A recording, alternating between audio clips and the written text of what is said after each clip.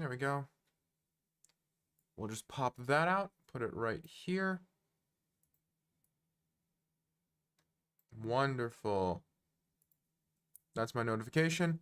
Oh, we are early. We are like 10 minutes early. We are a full 10 minutes early. How crazy is that? That it just goes to show.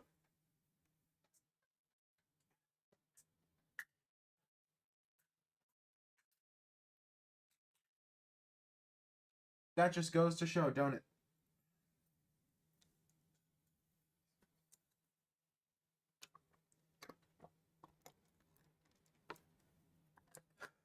You know what I mean? Ah, hello. Zerquoil? Zerquil. Zerquil. First time? Oh, you can redeem first because you're the first person, but you'd have to follow because following gives you channel points. You get channel points, redeem first. 1v1v1? Sure. After this game, I try to start my stream by playing until I lose, but I've been pretty washed today, so I'm almost certainly going to lose the first game. It's so sad. It's so sad. Today, I've lost like 30, 40 elo. What the heck is this?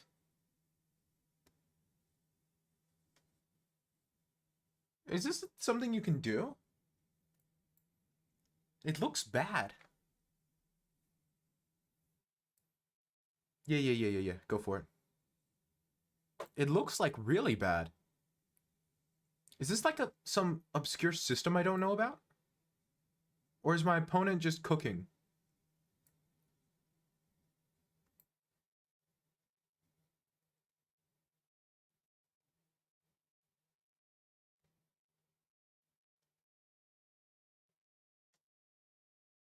What? This is very, very weird. I mean, he was pretty determined to give me that pawn. I mean, I can't really complain. Let's just castle. Because I don't trust anything right now. I really don't. I don't trust anything about this position.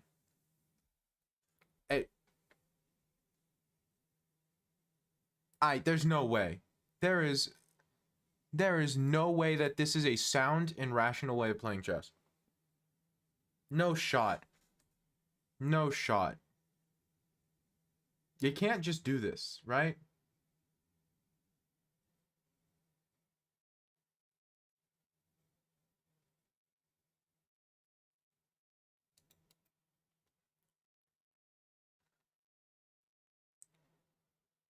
There's so many open diagonals. There's so many glaring weaknesses. It just looks unprincipled, frankly. He's down a pawn.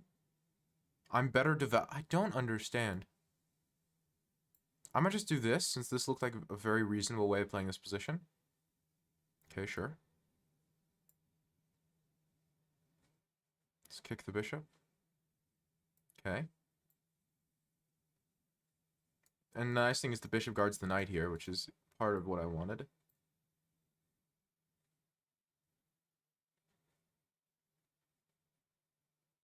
I could win another pawn pretty easily. I could just play g4 and then pawn takes here.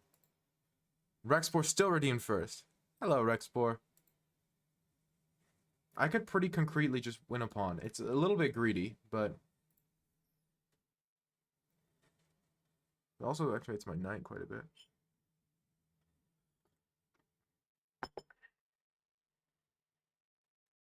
How are you, Akko? Other than the fact that I'm just absolutely dumping elo, I'm pretty good. I'm pretty good. Okay, this was my intention. I guess I can't play that because if here then knight takes and I can't play bishop takes. It's a little annoying. I guess I'll play g4 now. g4, knight takes knight, bishop takes knight. He moves the bishop. It's a little backwards feeling, but I should have played g4 before. Oh, you went to the concert? And it was wild. Really?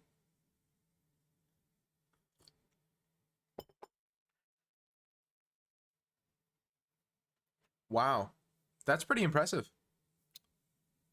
Man, you love to see it. Putting on a good show is a skill. It's hard to do.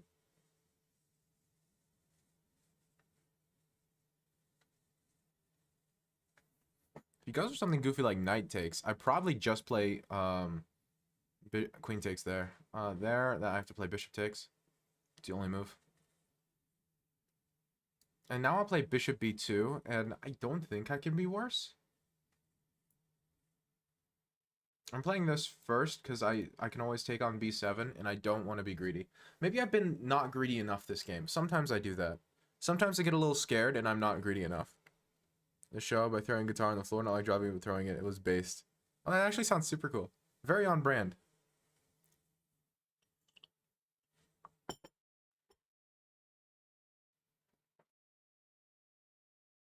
That reminds me, I need to turn on my own music.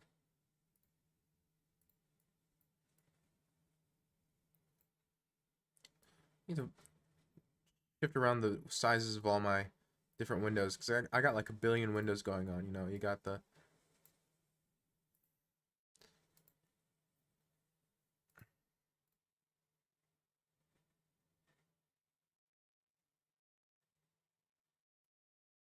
I'd love to play this. I'm a little worried about rook d8 though. And here feels like it walks right into bishop f6. So I have to be a little careful. Hello, Jimbro. You were just reading The Amateur's Mind. How do you like it so far? What do you think of it so far?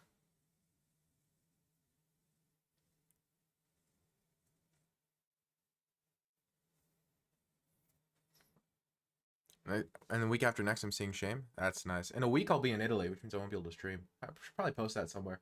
Page 50-ish, and it's very instructive. I told you, man. That book, highly recommend. Highly, highly, highly recommend.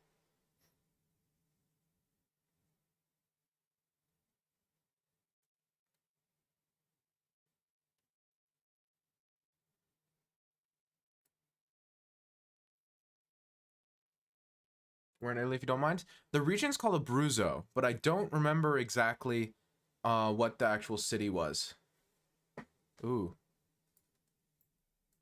That's risky. Can he get away with that? I suppose he can. Ooh. Because the bishop's pinned.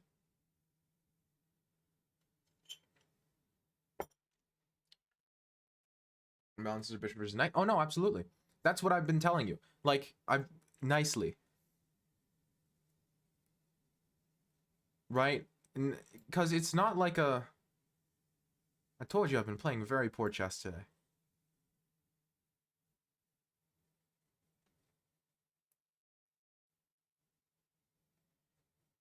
I've never been either. I've never been to Italy in general, so... That's what I mean, Jim, bro. That's why I said stuff like The Amateur's Mind will be such a benefit, is because it's the sort of stuff that's impossible to think of on your own, but unless you're like actually Paul Morphy. But once you kind of get it, then it's free elo pretty much, because it's going to be such a clear improvement over your previous way of thinking.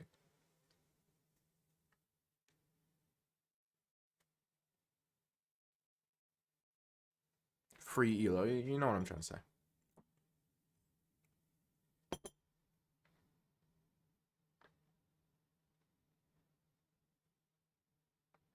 No, you have not. Oh no, what's the bet? What's the bet? Of course, he made a bet with friends.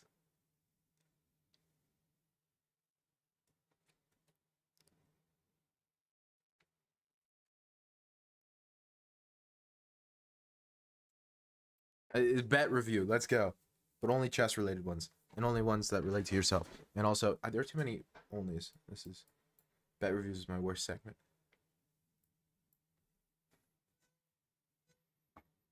Are you retraining 2000 when I come to school after summer vacation next year? Oh, you could totally do that. Nah, that's free money. Free money. If you actually start reading chess books, free money. For me, pretty bad. Because I'm just losing elo like mad today. I am hemorrhaging elo. It's been a very bad day for my chess. Otherwise, I've been having quite a good day. So sad. 2008 months, free money.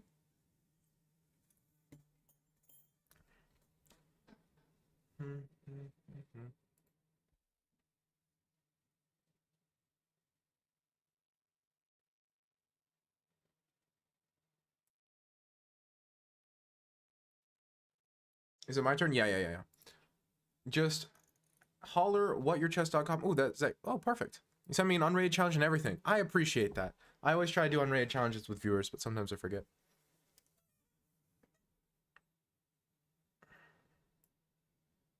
Oh, wait, I forgot. I'm trying to learn the Dutch.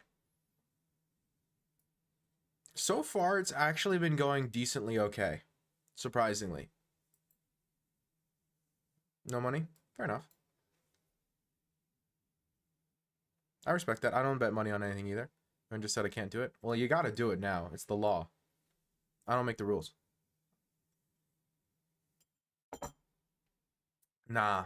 No, that's the good kind of bet. Honor code bet. The best kind. Didn't know his ideas. Yeah, I saw that game. It was brutal. Poor rapport. Poor report. He didn't deserve it. Well, I don't know my ideas either, so we'll see how it goes for me. It's honor code. I understand why it's complex to you, because you don't have any on. Sorry. Sorry, I'm not Levy. I need to not lose my chat.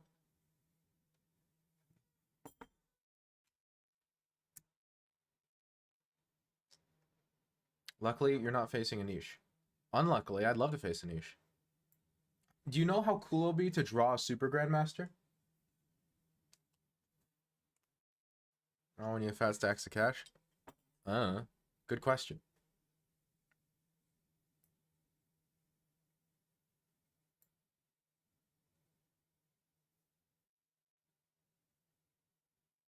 No, I mean, I agree with that 100%.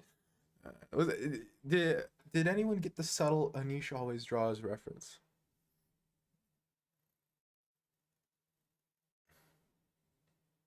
Yes, interesting. This might be a terrible move and a terrible idea, but my point is I'm doing this. And I want all of the squares. I want all of the squares. This has got to be a good position for me. Yes, we did. Thank you. Maybe by phone company? Oh. I want added for an Italian gum. Makes no sense. Italian gum. I didn't know Italians were known for their gum. Are they not known for their gum and it's just a random ad? The charge is unwarranted. It definitely is unwarranted, but that's what makes it funny. It's absolutely unwarranted. This was a weak move. I should have just played a4. He didn't have any real choices. It's still better for me, but...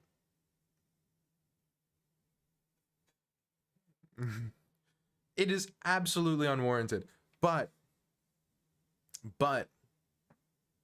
Looks like a King's Indian defense. But it's a King's Indian defense where I've successfully played f5. It's a Dutch.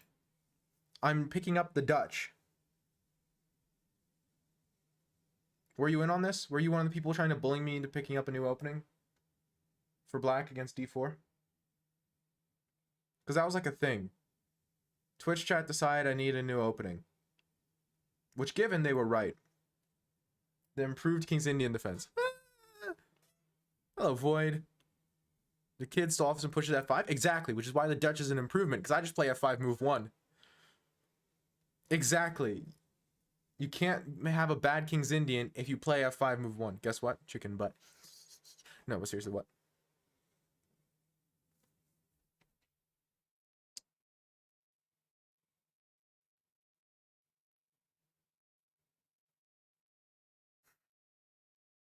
I'm very mature.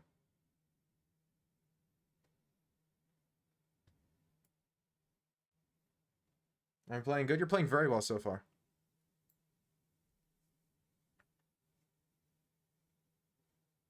I usually analyze the games afterwards. Sometimes I talk about them while I'm playing them, but... The problem is I'm also equally trying to figure out the position because I'm just now picking up the Dutch. I'm very new to this opening, and so I don't have as good a grip on the ideas as I normally do. And so I'm a little bit, I wouldn't say I'm weaker because of it, but I'm not as comfortable with the position as I normally am. AKA boring. Jim, bro. I'm very mature. So I say to myself when I'm writing a tweet that's funny to me. Exactly. It's exactly why I got off Twitter. It's been that's been a huge success for my mental health. Huge W.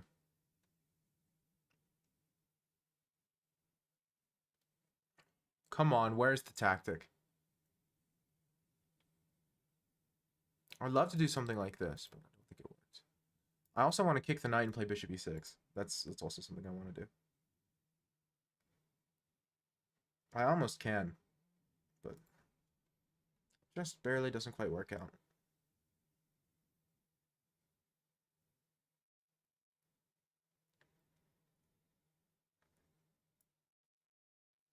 Play bishop d7.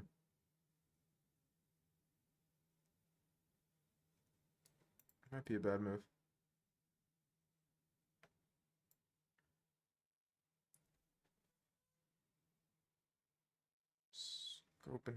Schopenhauerst? Is that how you say that? Why does knight take c6? He's not 1100. Wait, knight takes c6 works? Didn't work here. So knight takes c6 in this position. But I can just move the rook, can I not, Cormac?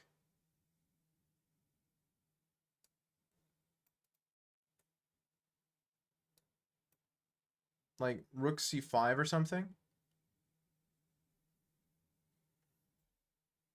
I mean, maybe it wins a pawn, but now my bishop gets out easier. It snags a pawn, but it's like a really dubious pawn. It's like a very sussy pawn.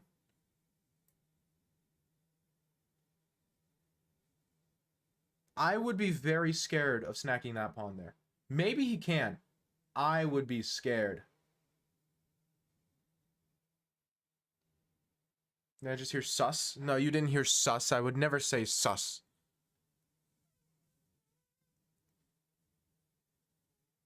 Oh, yeah. Hey, Torbith. Welcome back. Thirsty.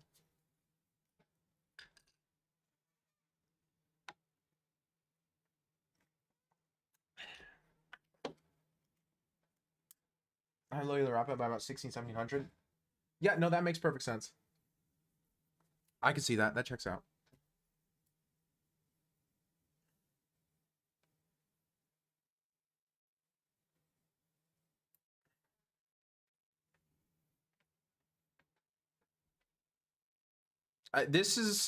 I'm going for tactics now because I want to win. I'm feeling it. I'm feeling it. Now, I might be feeling it too much to the point where I might die, but I'm feeling it.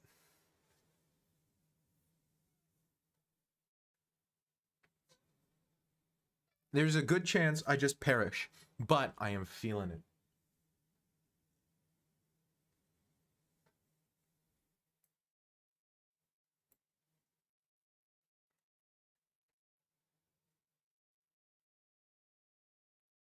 Hey, it can't be that bad, right? Your hair is way too long to be standing around the oven like this? No.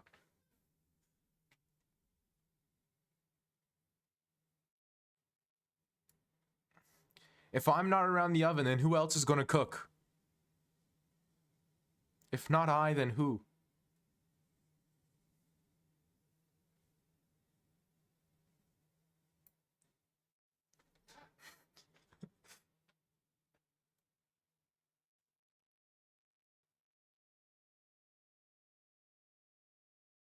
Can't let the people starve? Nah.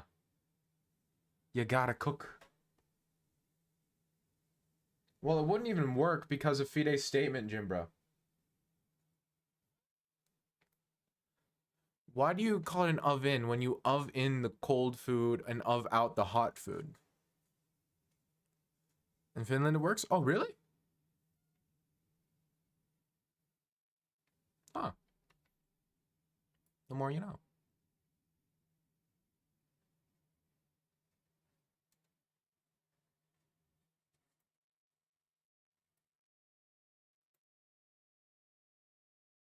This, I suppose.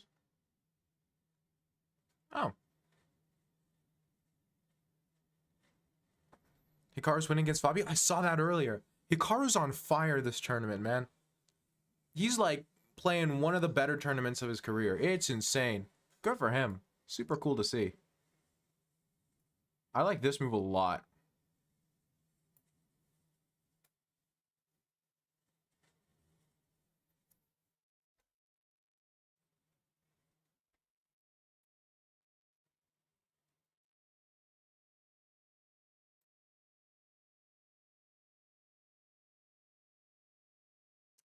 Yeah, I don't think giving him the seventh is that dangerous since I have bishop e6 and I probably win this.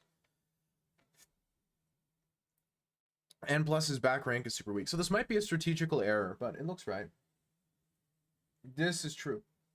I'd love to see it because he's doing really well recently. Just in general.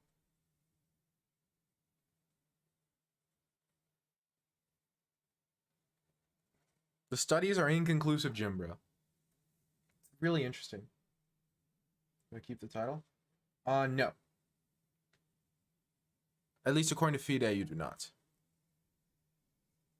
I haven't read, I don't know the Finnish regulations. I only knew the FIDE regulations because those are the ones that went viral on Twitter.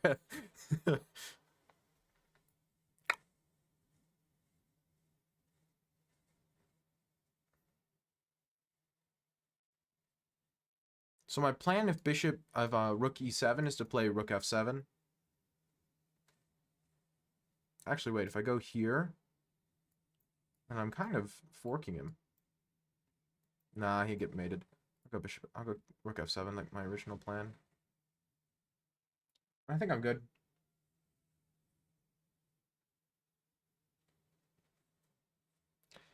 Yeah. It's definitely a very complex situation.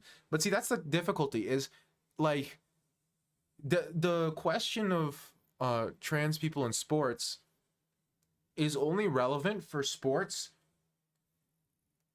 And you know, immediately see rook g7, rook h7, rook g7. What?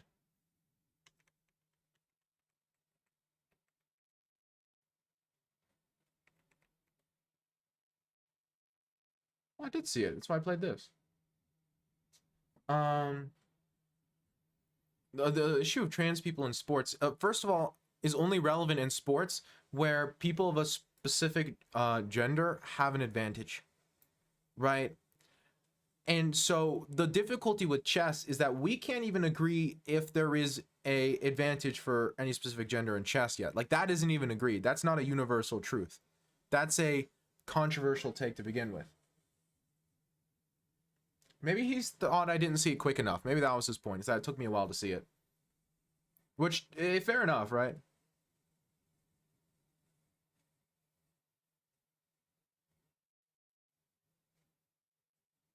Right, absolutely. That's not the point though. The point is well that's not the point for me. The point for me was chess because that's what I know, and I'm gonna try to avoid talking about things I don't know that much about because I want to avoid looking dumb.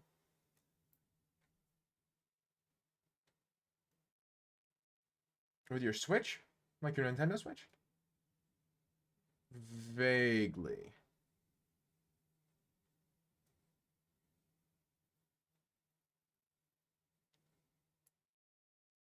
Interdimensional? Okay, so are you memeing or did you accidentally use the wrong word? Are you memeing? Or did you use the wrong word? I can't tell. I don't know English. Okay, so it was wrong word. You can't tell anymore, man. Do you mean like spatial understanding? So like a like yeah. No, I know what you're talking about. I saw a study about that. Like spatial reasoning, I think is what it's called in English.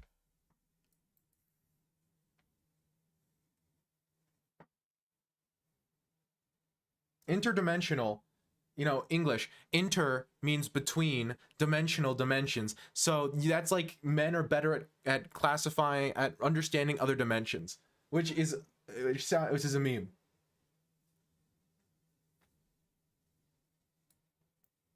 Well, I know what you're saying, but that's not what that means either, which makes me more confused.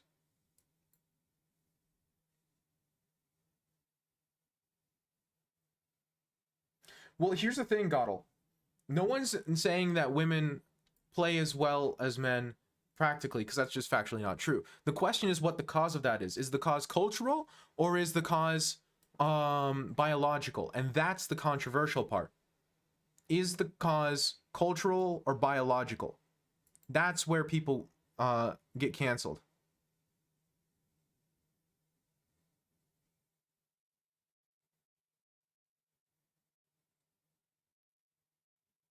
It's not the if, it's the why. That's the debate.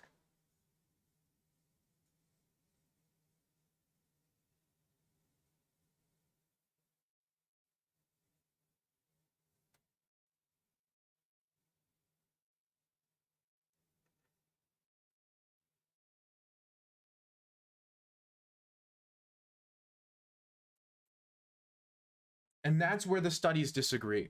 Is not at the if, it's the why. That's why in other now the problem is there's no very clear answer like there would be in something like basketball where height is a significant advantage, right?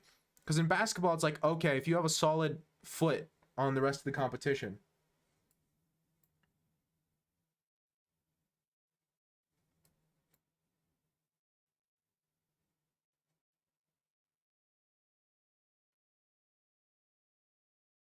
Yeah. But that's the thing, Cormac.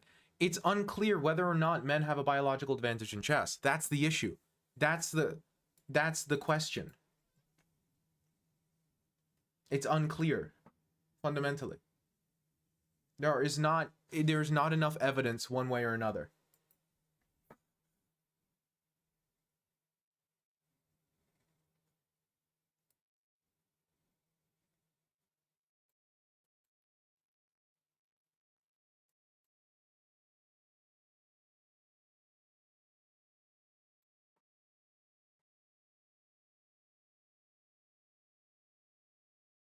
Man, I swear, 80% of my wins come in rook end games. It's ridiculous. Nobody studies their rook end games. It's only cultural. Well, hard to believe or not hard to believe, it hasn't been proven yet. It hasn't been proven that there's a biological advantage. That's my point. That hasn't been proven. We lack that baseline. So all the debates become infinitely more complicated since we don't have that as a baseline.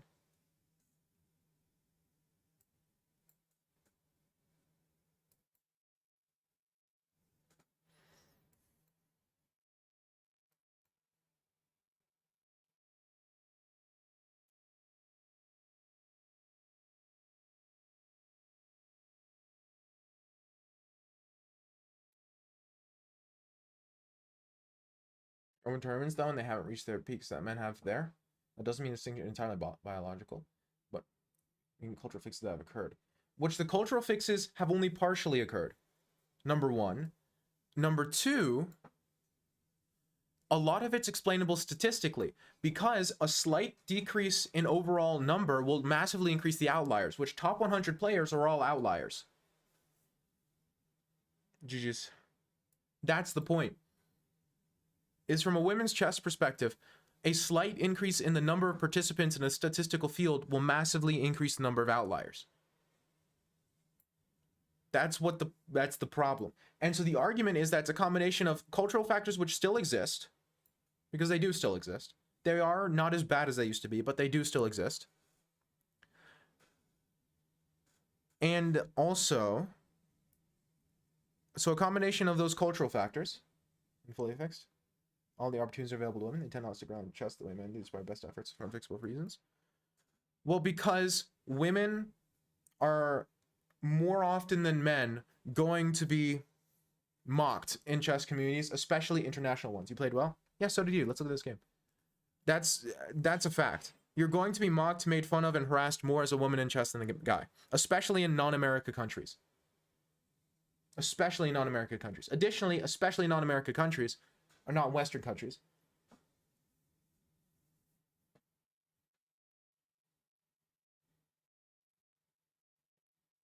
Nah. And in non-American countries, it's a lot more socially acceptable for a guy to pursue chess as a career than as a woman, which is also like pretty objective. A small minority of unpleasant men, absolutely, absolutely. But that affects women more than men, which would mean that women have a non-biological disadvantage that would impact their performance non-negotiably, which I don't think that's an unfixable problem. I think that's a really long-term problem that's really hard to fix. But I wouldn't call it unfixable. Unless you're going philosophical and saying that no problem is perfectly fixable, which I would agree with, but that's beside the point. Based or export. Anyway. Additionally, there's the statistical outcome. Bell curves. If you shift a bell curve only a slight amount one direction, you massively increase or decrease the outliers. So the thing is, if you just have a tenth of people in chess as women, which is not what it is, it's actually much worse. Yeah. No, okay, you're right. Then in that case we agree. I figure we agree on that part. If you have a massive decrease in the number of women participating, then you're going to massively decrease the number of outliers, because the top 100 players are at the very end of the bell curve. And so by decreasing the number of a certain amount of people playing, you decrease the amount of outliers by more than you would expect. It's not that if there are a tenth of people playing, there's a tenth of those people are going to be top 100. That you're going to have a tenth of top 100 being women. That's not how bell curves work. Bell curves exponentially drop off. So you're going to massively decrease the top 100 representation by a slight decrease in total population, which for whatever reason, there are far fewer women in chess. So that's also, like, if you take the statistical aspect of it and then also the cultural aspect, which still remains in many places, especially non-Western countries, you kind of paint a picture that doesn't make it necessary. Is that no meaningful sense? Keeping women in chess, keeping women out of chess, that's simply just occurring.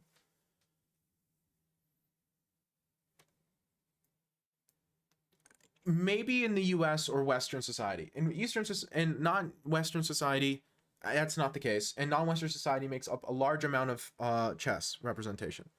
It's number one. But number two, yeah, but that's not a question of if women are biologically worse. It's just maybe less interested, which is a different question. Where's speak to that? Listening to King Cruel, if I don't feel sorry for myself, because simply built this way based. All just impact. So that's the problem, right? And again, my point here isn't that I know for certain that that women don't have a biological disadvantage at chess. My point is that's inconclusive.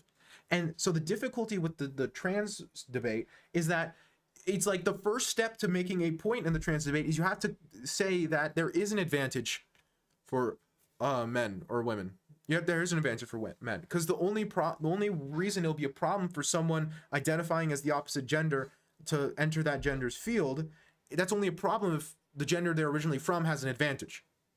And in chess, we can't even establish that yet. So we're like 2 steps away from being able to start the conversation. You know what I mean? That's the problem.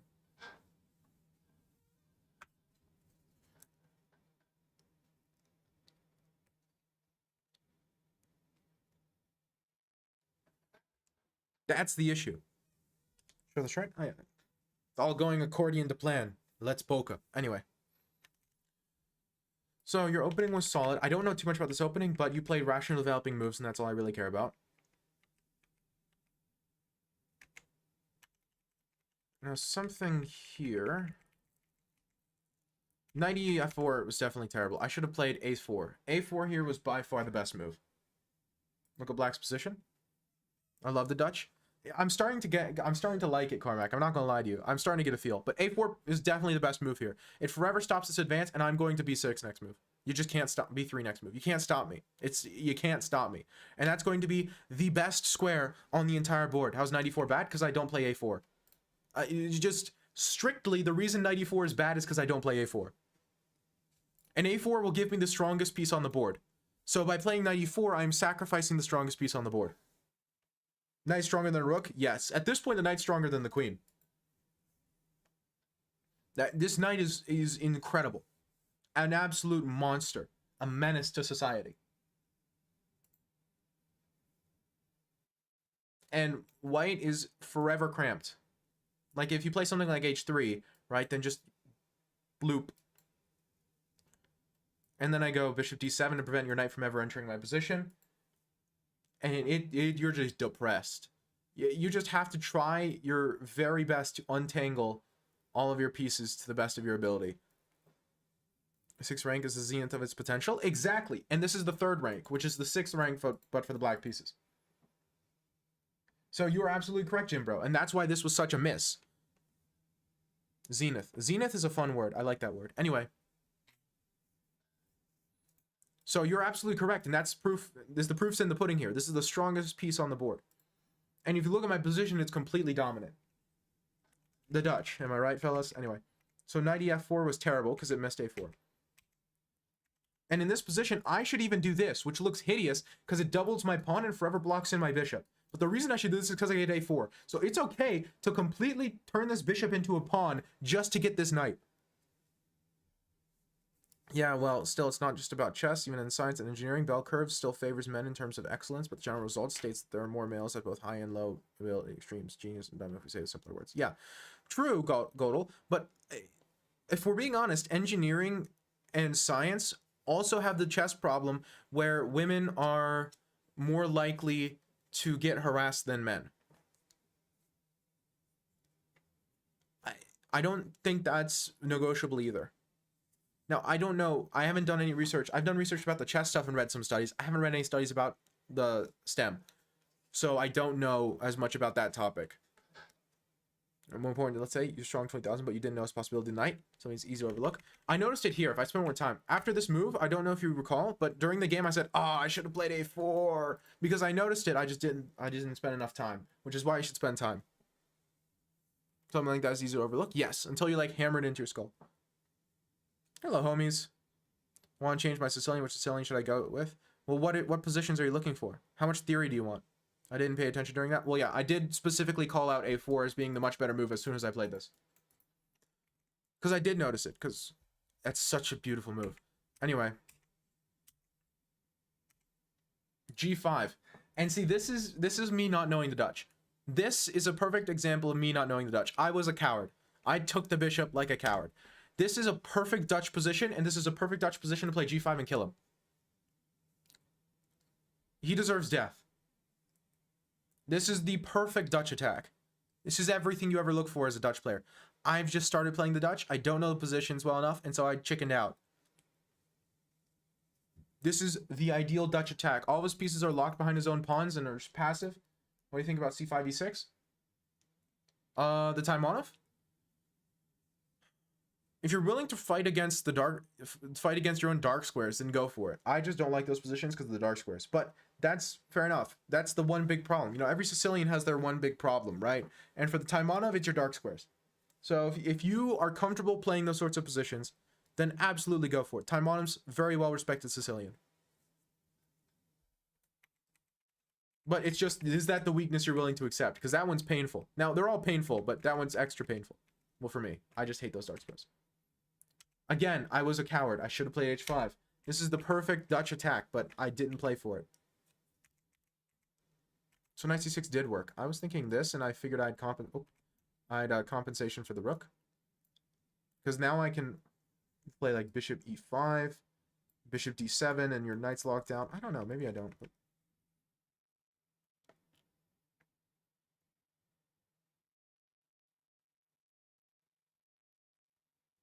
still just debate, nothing conclusive. That's my point, Godel. It's not conclusive, which is the problem. Because the problem isn't that this is the discussion. We can have this conversation and talk about it and do studies, and it's interesting and it's great and it's a discussion worth having. The problem is we're trying to build another discussion on top of the discussion that we still have no idea what we're talking about. You know what I mean? Which I see why, but why lose upon to make things hard? Because I'm me. F3 was a good idea. Knight c6 is hard to see. And if you don't see knight c6, F3 makes a lot of sense. So does a4. Bishop d7, f takes, rook e5. Rook e5 was a little bit optimistic. What's the discussion? Whether or not trans women should be able to play in women's category in chess.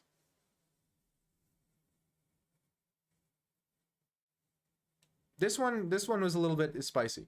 I figured here I'd play rook takes e3 and I win.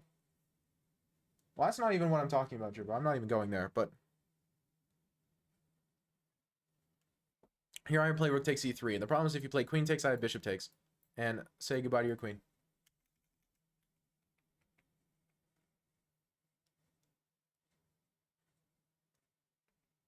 Bishop f3, bishop takes d4, he takes d4, rook takes d4, can be 3, c5. Completely even endgame. Completely drawn endgame. Ooh, but now it's worse for him. So why is this endgame worse after takes, bishop d6? Let's think about this critically. First off, I'm a pawn up. That's always not a good thing. Second off, what are the main weaknesses for me in this position? The main weaknesses for me are the fact that my king is open. Your king is stuck on the back rank, but my king is open. So trading off the queens benefits me because it means that the weakness of your king is more important than the weakness of my king. Additionally, this backwards pawn is a weakness. However, after trading the queens at bishop e6, you can't stop me from taking on c4. Afterwards, I push the backwards pawn. So that would put me 2 pawns up. And while you have the outside passer, I have connected passers, which are much stronger. And, you know, 2 pawns is almost always enough to win endgames.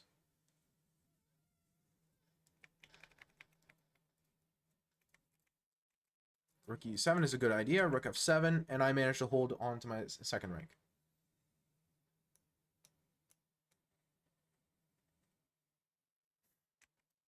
King f6, 7 takes, rook a8, bishop d5, rook a7, king f6. And now we're in a rook endgame where you're down 2 pawns. Now, I'd probably blunder somewhere here, but no, we're good. +2, +1, +2. Yeah, it's just about right.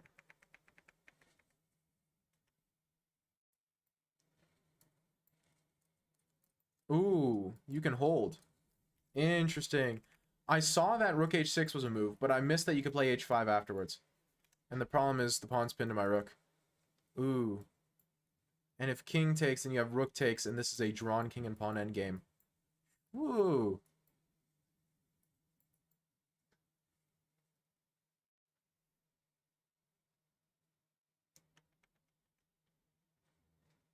Pawns is suffering against Geary in a hard endgame.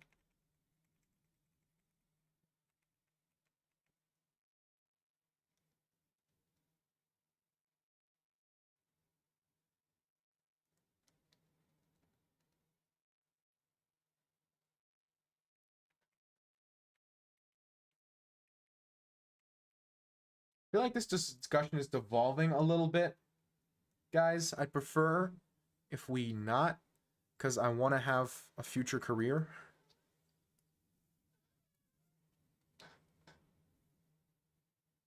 Yeah. I'm just, or at least the shadow of a career. And you did a very good job trying to hold on. The only problem here was you misevaluated the endgame. In these sorts of positions, Mr. I forgot what your name on Twitch was because I'm a bad streamer. It was red on my Twitch chat, but there was more than one red person. Zerkoi. The reason you lost this game, Mr. Zerkoi, is because you misevaluated the fact that you are down a pawn and you will be forever worse in this endgame because you also have a more critical light square weakness. And so you shouldn't trade queens, you should keep it in a middle game where you have an advantage.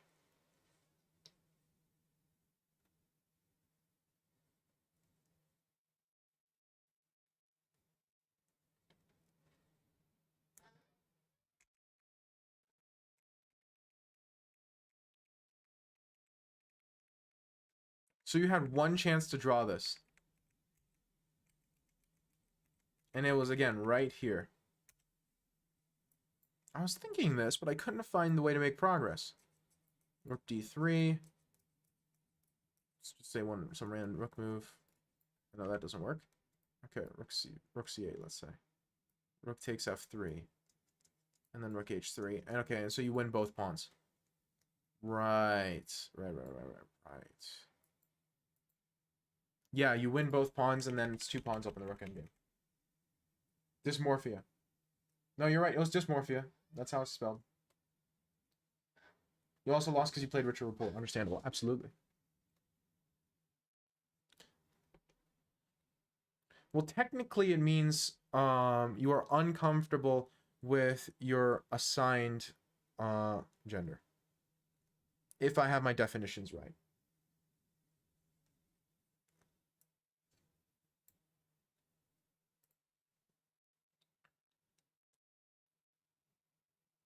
Welcome, 9. So wait, who's next?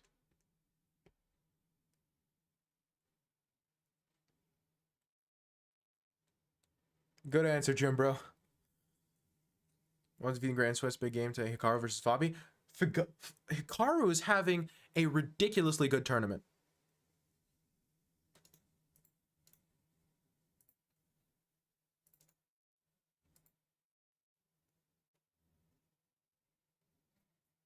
Hikaru's having like an unreasonably good tournament. It's amazing.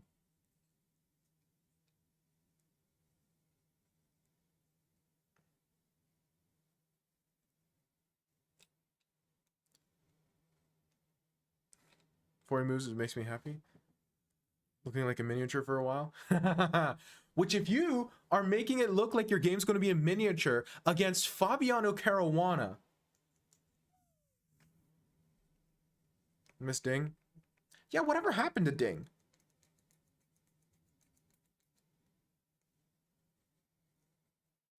No, but he meant because you told him to ask someone who identifies with those issues. He was responding to that post. Okay? And then you play D takes, which allows E5. And look how shut down the black position is. Bro, your sound is perfect. What type of microphone are you using? So this is the HyperX Quadcast, but honestly, it's all the effects and whatnot, Mr. Analyst. Because I actually, fun fact, have a dehumidifier that's audible and an air conditioning unit right above my head. And I don't think you can hear either one. Last I checked, you weren't able to hear either one. If I have my filters right, you shouldn't be able to hear either one.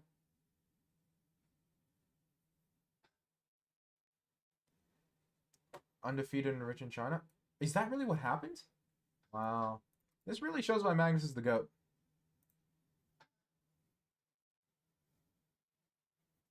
Yeah, I have a noise suppression, a compressor, and a limiter. Thank you. Which noise suppression is just noise suppression, does a pretty good job. It sometimes catches like my whistling though, so if I try to whistle, you probably didn't hear any of that because it counts whistling as noise suppression. A little annoying, but until I can get a quieter streaming space, we can sacrifice that one. Will do, Jim bro. I'm doing really well, Charble. How are you? How have you been? It's been a long time, hasn't it? I'm under your bed. I heard China took a percentage of his prize-winning world championship. I don't know, maybe some rumors. Well, I mean, they're acting as a sponsor, so a sponsor taking a portion of your winnings is not unreasonable. That's fair. And then a compressor just to make it so that when I whisper, I'm still audible, and when I yell, I'm also audible. And then limiter just so I don't clip, which I do sometimes clip.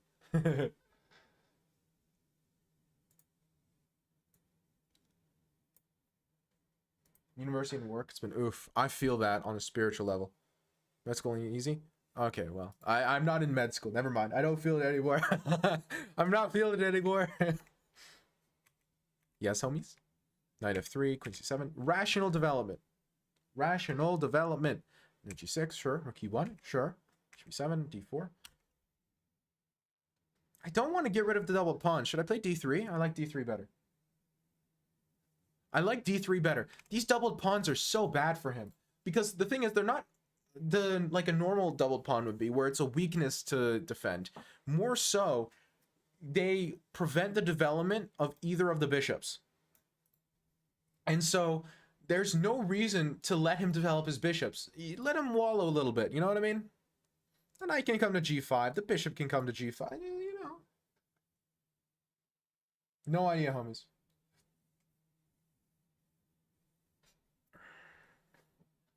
Two exams every day of next week? Gosh.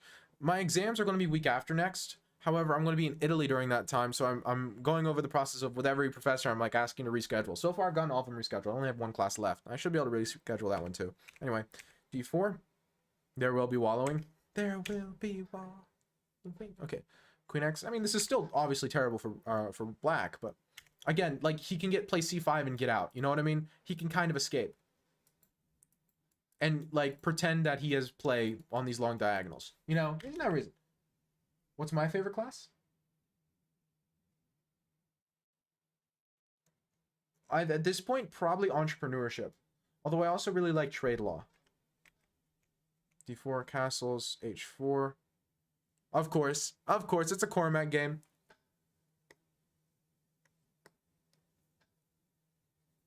It's a Cormac game. We have to have something goofy like this happen. Rook D8, Queen G4, of course. Although, to be fair, play the Snake Benoni. No. Although, to be fair, there is philosophical justification. Because we look at this position, all of Black's pieces are stuck behind his own pawns, except for this knight. So, you can go for this because your pieces can get to the attack much faster than Black's can get to the defense. This is a benefit of having more space and having central control. Is you can dictate the pace of the game. You can move your pieces from one side to another faster. I've described this before to people. The center is like a path, is like a highway between both sides of the board. So if you control the center, one of the big advantages is that you can move pieces from one side to the other faster. And an attack is a way of showing that advantage. H6, H5. Case in point. Suffocate opponent. And now bishop takes H6. And this is exactly the point. This bishop can't come to the defense, but this bishop can come to the attack. And now Black is just dead.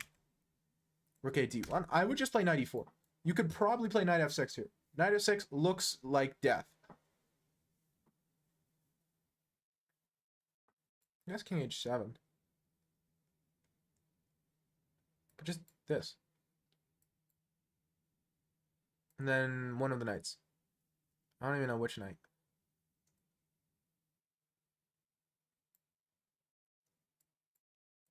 And then in come the knights.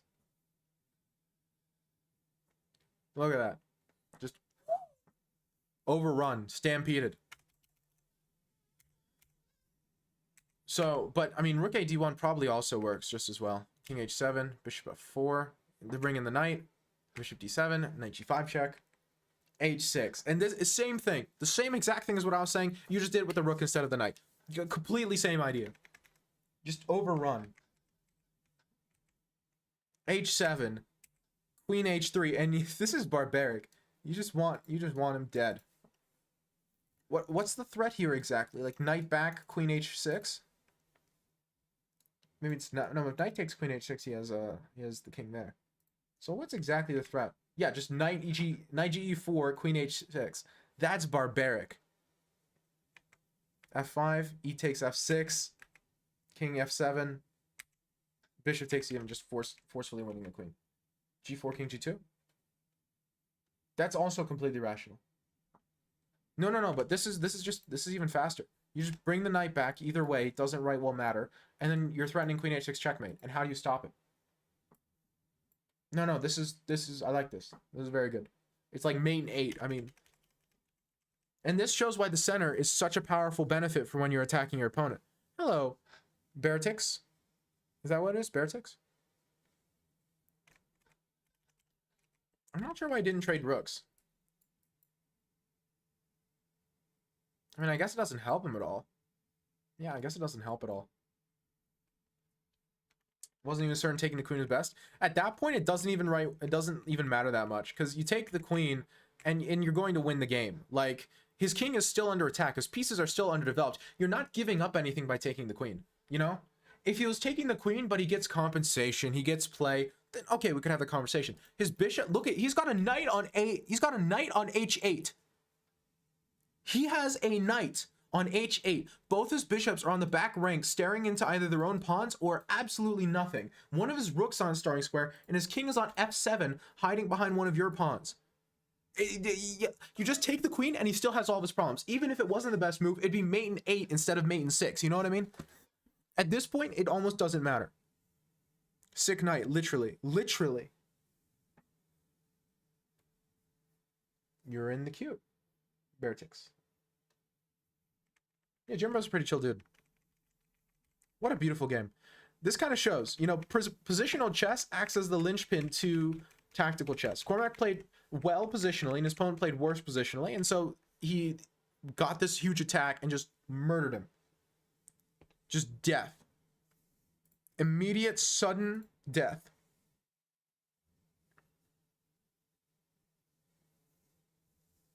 Arabic? I mean, it looks the part. It's Liova's turn. Perfect timing. You were just looking at the cube. Torbith. Hello, Leova. I forgot your chess.com name. Taking with the D pawn on the e6 system is just so bad. I could totally see why. Because you let it release the pressure, and even then it would be really difficult. He had to try playing c5. Without c5, there's just nothing. And then you get to just do whatever you want. You could crush him slow positionally, you could go for that attack like you did. It all works. You just get to play chess, and he doesn't get to play chess. Brutal stuff, man.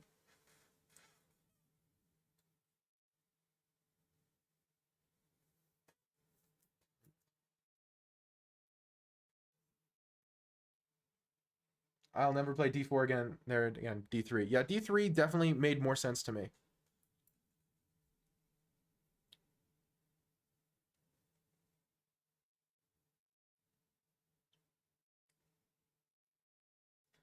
I'm a knight f3 player, Void. I'm sorry, but I'm taken.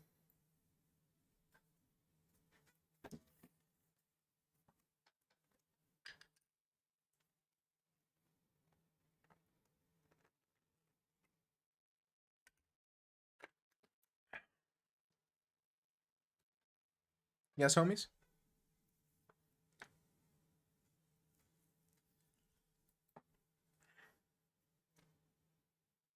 Who's playing now? Playing right now is Hello Leova.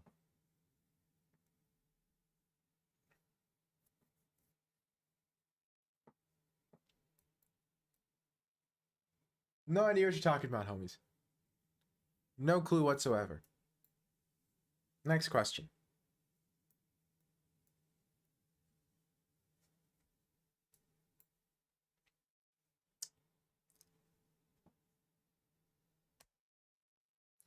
The one thing I don't like about playing this way against the Catalan sort of system is you get hit with Queen b6, Queen b3 super early. Arabic is a cool language. Logical pronunciation is a bit hard though. I've heard good things about Arabic. La Bourdouin. It's not good though, I don't think. Like, you're supposed to play Bishop g4. Bishop g4 is a stronger move. The note boom. I've considered trying the note boom. I don't think I've ever tried it all the way, but it feels a little bit too positionally dubious for me. I don't like creating all those weaknesses and playing that many pawn moves without any clear idea that can't be avoided, because I don't like it. I don't like the way it feels. It feels like a gambit. No, I do not, homies.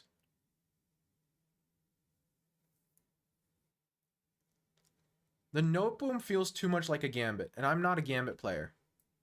I don't have the nerve.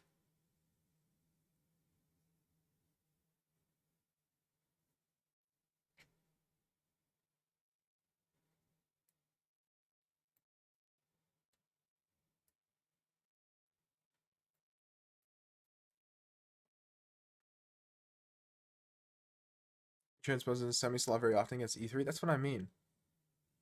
It's either a gambit or a semi-slav. I don't like gambits and I don't like semi-slavs. Like,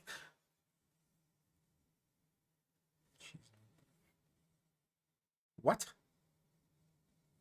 It's cheese. What? I don't get it.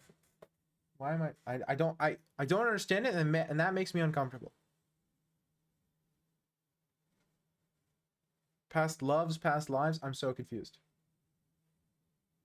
Past lives by who? It's just cheese. I don't trust you.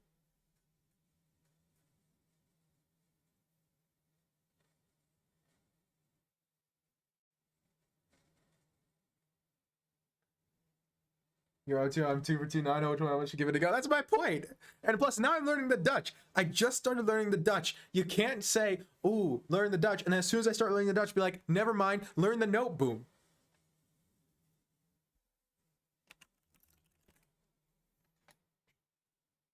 Sapient Dream?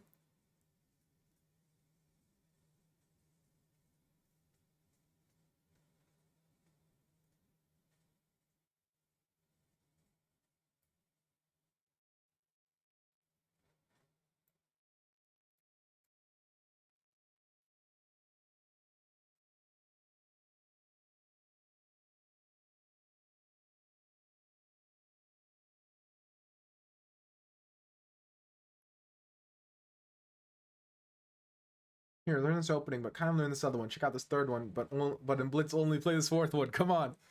Yeah, very simple. I'm sorry I'm not I can't keep up. Skill issue on my end. The skillest of issues.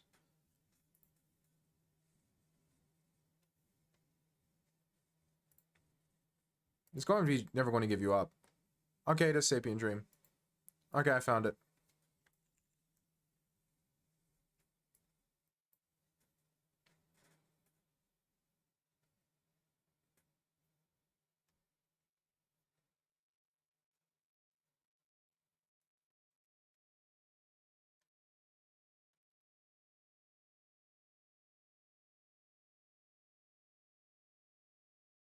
Okay, Car's game in WoW.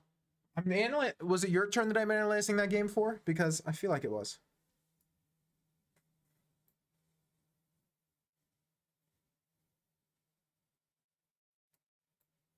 Oh man, this position looks so good for me.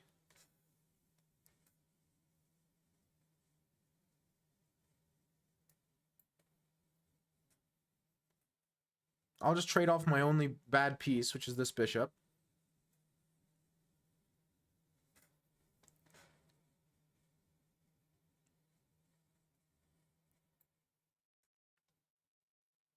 How'd your rook reach a2? I played rook a2, and then brought the other rook from f1 to a1.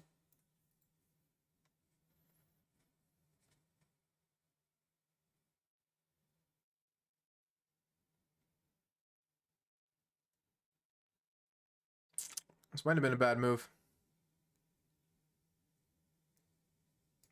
Can I nab a pawn like a silly goofster? No, I cannot.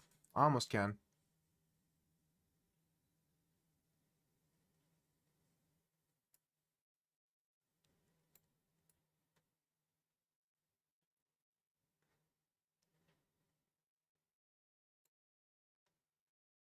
Save the bishop? I know. I was just considering which way to save it.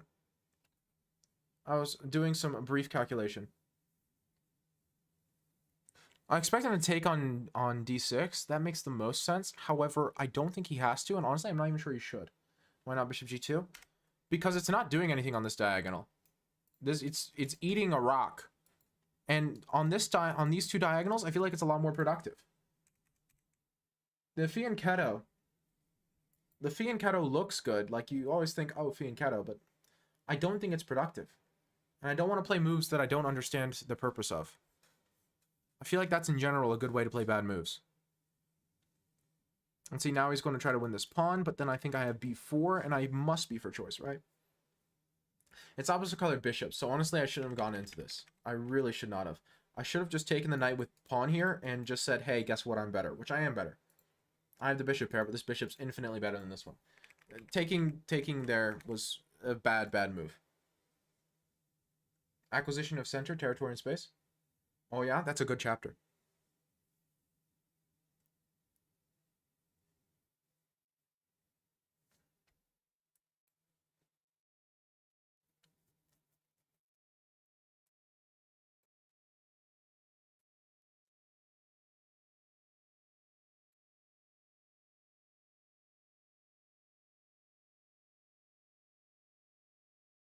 Give me a second.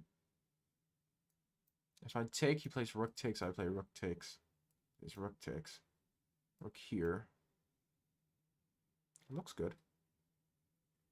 Takes, bishop takes, I can push the pawn, I think. B takes A is simple. It looks good, but I just wanted to calculate it out briefly to make sure that I was doing this right. It looks winning, but because I'm taking advantage of one of his critical weaknesses, that being the back rank. Rook b1, yeah. The back rank's a problem. And he goes this way, I push the d-pawn. And his rook can't get back to defend it, his bishop can't get back to defend it, and he's dead. His rook can't guard the bishop by a6 or b5 because of my bishop. Looks like it tactically works.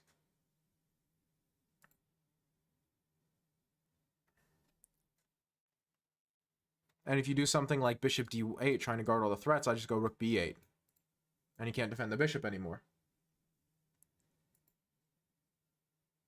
If I take the rook, it's almost certainly a draw.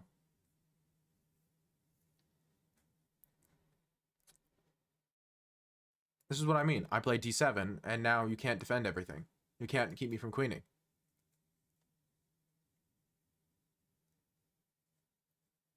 Big problems. Big problems. He should have tried to take this pawn when he got the chance. Got greedy, tried to take the a pawn, tried to keep me from taking the a pawn. He should have let me have the a pawn. I wouldn't have had a passer at that point. Would have been a painful endgame, but you would have probably been able to draw it. Am I next? I believe you are, Torbith.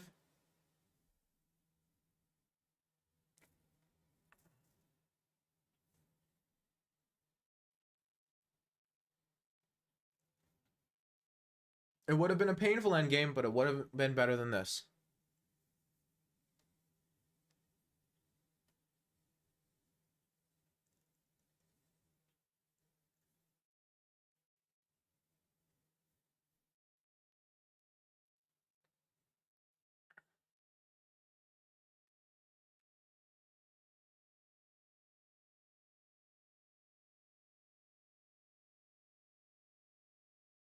Yes, sack the bishop. Yup.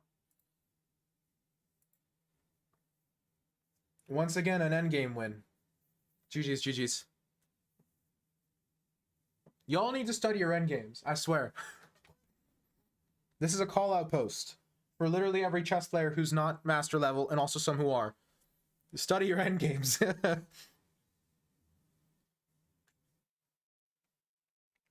You played a very strong game of chess there. It's just endgames, man. B6 was not correct. This was an interesting idea, but the problem was here, if I just played pawn takes, then in this position you're strictly worse.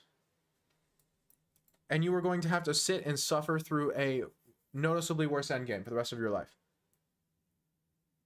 You're gonna have Amateur's Mind. Endgames. You should be reading endgames current at the same time as Amateur's Mind. So like alternate between them. Like every other day you take turns. Got reassess your chess, but also 100 endgames. 100 endgames for sure. You endgames, endgames, endgames, endgames, endgames. Look at this chess game, Jim, bro. This is a 1400 who managed to hold me until a slightly worse endgame, but then just got crushed as soon as the endgame came. Who's next? Torbith. Endgames, endgames, endgames, endgames, endgames. Endgames.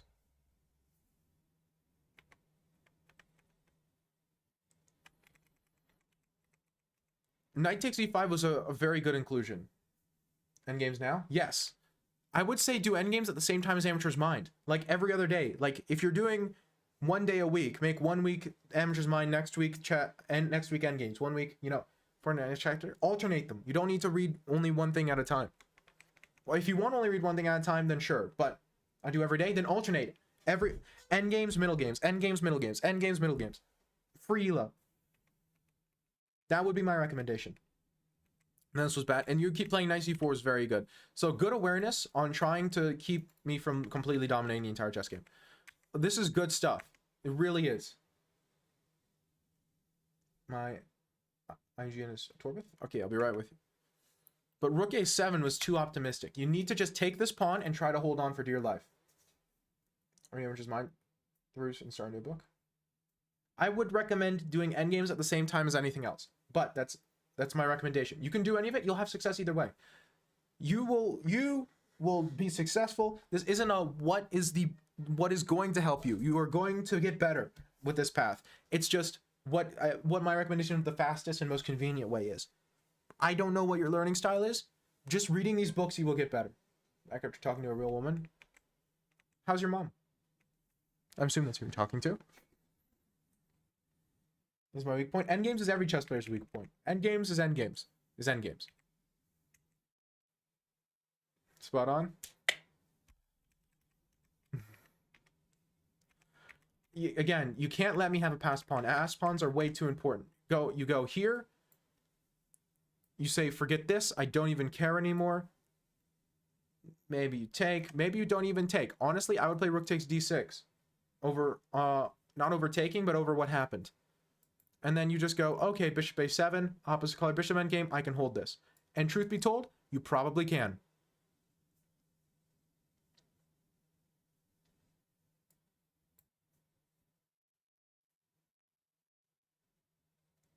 That is a path that's difficult to do because endgames are kind of annoying once you get really good at them, Jimbro. Because they get a little dry once you get better at them. However, that is a path that will absolutely work. Your rooks are beasts? Exactly. Endgames. Endgames, endgames, endgames. What type control do we do? 10-0 is totally fine for me. Torbith. Challenge 10.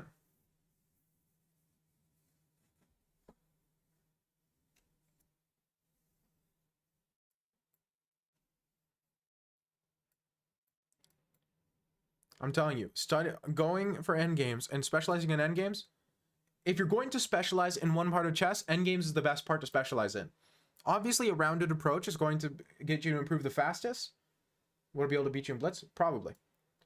Obviously, a well-rounded approach will make you improve fastest. However, if you're going to specialize in something, I would recommend endgames.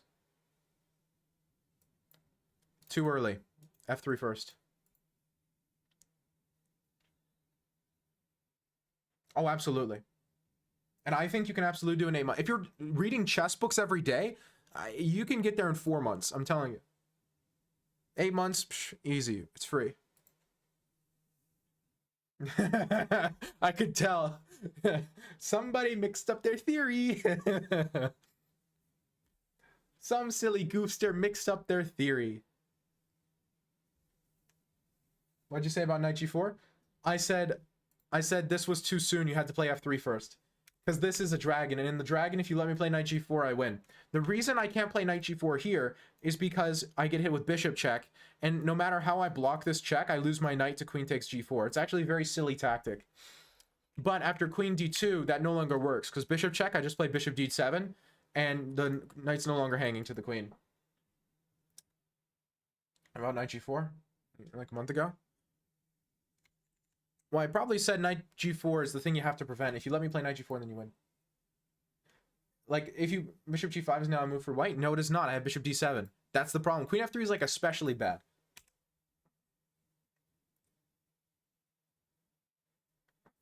Knight g4, bing, bang, boom, GG's. Was it something like that? Bada bing, bada boom. Stop and say bishop g5. What? It's still probably the best move, but I'm just saying it doesn't... Like, black is at least equalized.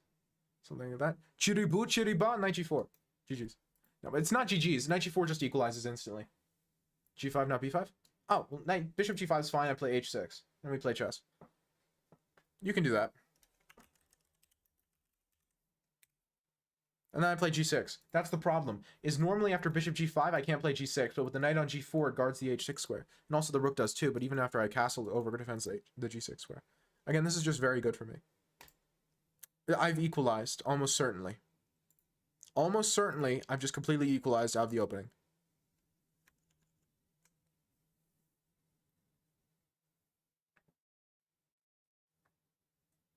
I already made a move. Oh, wait. Really? Oh, you played f3, sorry. Bless my heart. I take the bishop. Bless my heart.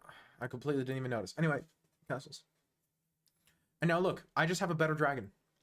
I have improved the dragon. We've done it, folks. We have created the hyper dragon.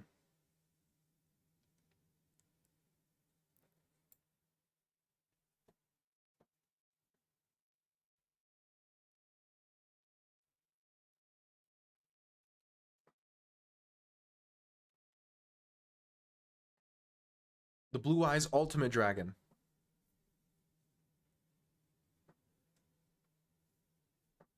I missed what happened after knight g4. He played f6. He played f3 anyway. Which, to be fair, not a bad move. But now the problem is, like, what do you do? You can try for your normal attack, which is probably best, but...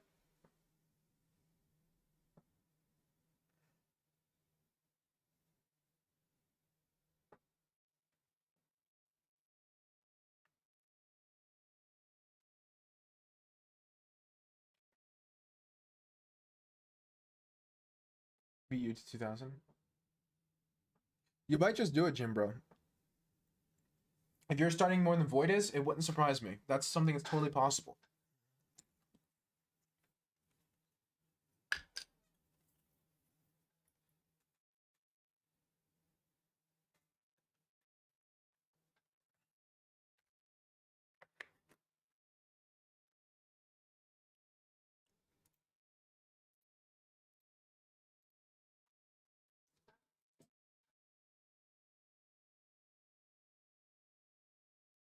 In that case, I would be shocked if you didn't. Unless you stopped, that rate will make you improve very quickly.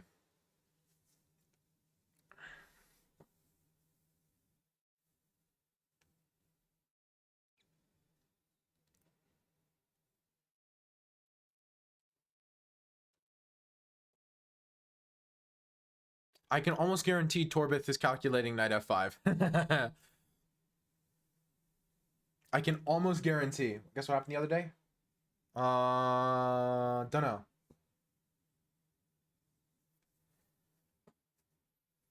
I can almost guarantee he's calculating knight f5.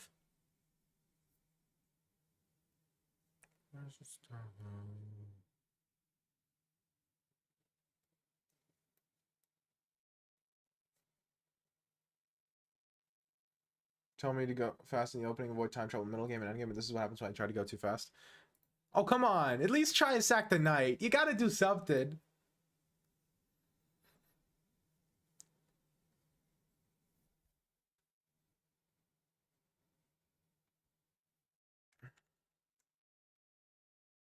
And it worked, Jim bro? Come on, Torbith. You gotta at least try. I would have went knight d5. Knight d5 loses, but you could have tried it.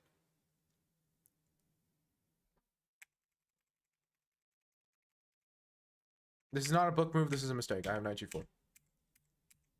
Castles here was inaccurate. I probably should have played like h5. That'd be funny. Or queen b6 immediately. Queen b6 immediately is definitely better. Anyway.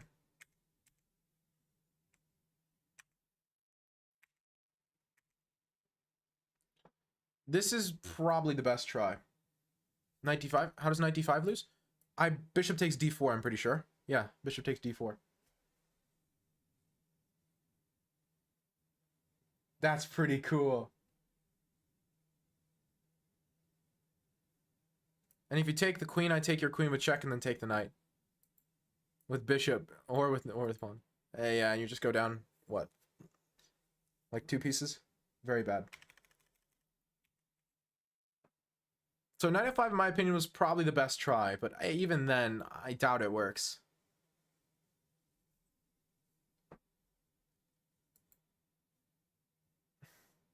You just don't have enough. You can try, but you shouldn't go too fast in the opening. Unless you've memorized your theory and are sure you know it, then you shouldn't. The thing is, if you go something like a3, knight g4 is still the best move, but in this position, you could at least try and force this line, which is a very silly line. Or like a move you often see in this position is bishop c4, and then knight g4, and this is an interesting sort of idea, right? And king f8 is forced, and then you get like castles, and if you take the bishop, then f takes, and there's like chess to be played, you know? It's like a thing. It's still bad, but like white's equal, black's equalized, but I learned bishop g7 Sicilian.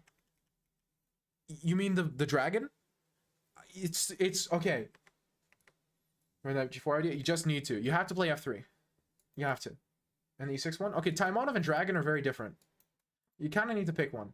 You can try learning both, but the dragon, you'll get murdered. There's a good chance you will just die in the dragon. It's the downside of playing the dragon. What am I doing? I'm the next person. The dragon, you can just get killed if you don't know your lines. Stuff like the 11 fish will mess you up. Bishop e3 plus bishop e2 for white. It's going quite well. That's the old line, is it not? Bishop e2 is an old line that's fallen out of favor because it allows an early d5, if memory serves. 10 minutes as usual? Yeah. Let me check my analysis board real quick before I get to you, homies. If memory serves...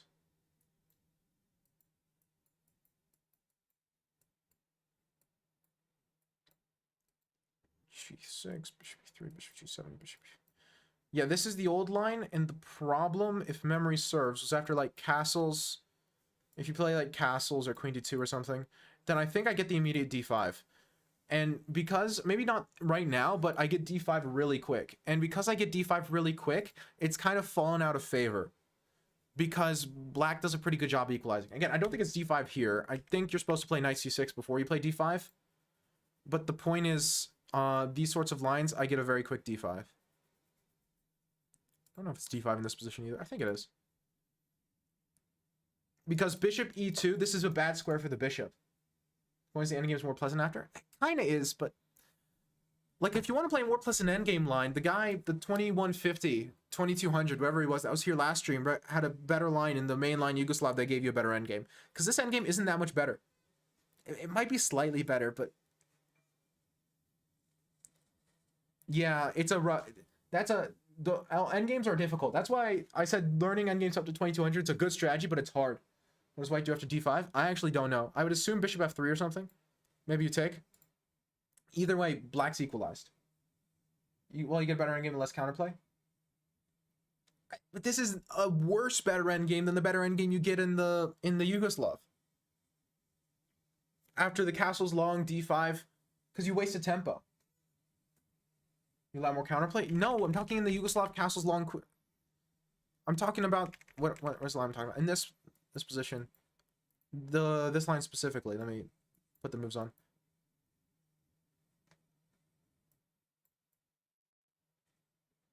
Was it this one?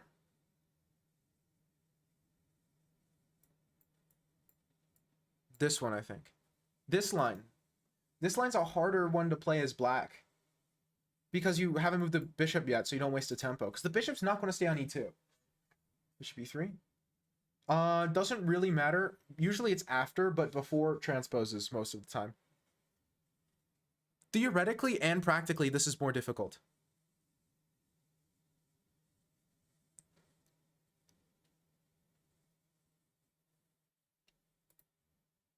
Both lines? Why do you play this one? You've replaced f3 with bishop e2. Castle short? Wait, you castle short here? Okay, now you don't even get the better endgame. You don't even get the better endgame here. I said he doesn't know the square rule, but I just kind of practice deep understanding. His understanding is must. Oh yeah, but endgame books will help you with that.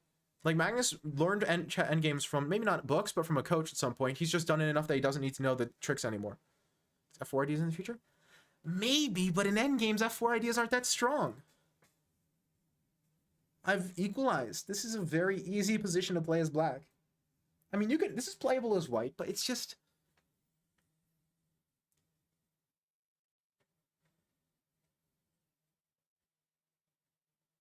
In the mid-game? But you don't have anything in the mid-game.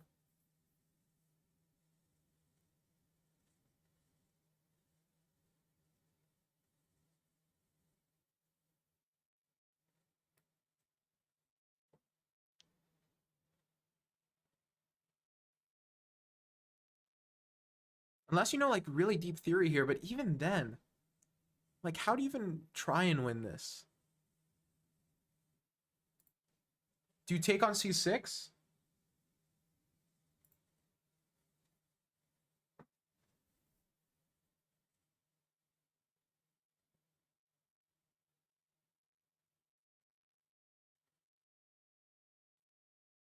EXD5, EXD5, knight XD5, knight XC6, BXC6, knight XD5.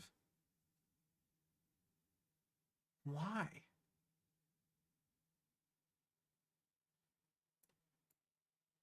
I'd rather play black here.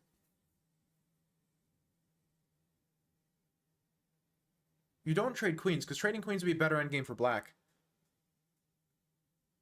What do you play here?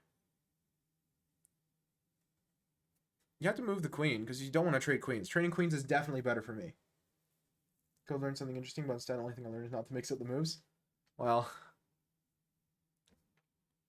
It has to be either queen c1 or queen b4. Because you have to guard this pawn and you don't want to trade queens. Because if you trade queens, if anything, black's better. So you have to play either queen b4 or queen c1. Trade queens on c3? Oh my goodness gracious. But this is better for black.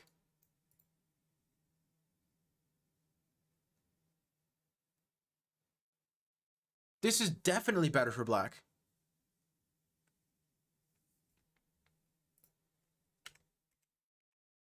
Yeah, there's 0 master games in this position. What am I remembering, homies? I'm confusing CD with rook FD. This is still better for black. I'm so confused. Oh, right, yeah. I'm so confused. This is just not a good line. I'm just being real with you, Pixen. As someone who's been playing the dragon my entire chess career, that's just a bad line. I'm not sure where you picked it up, but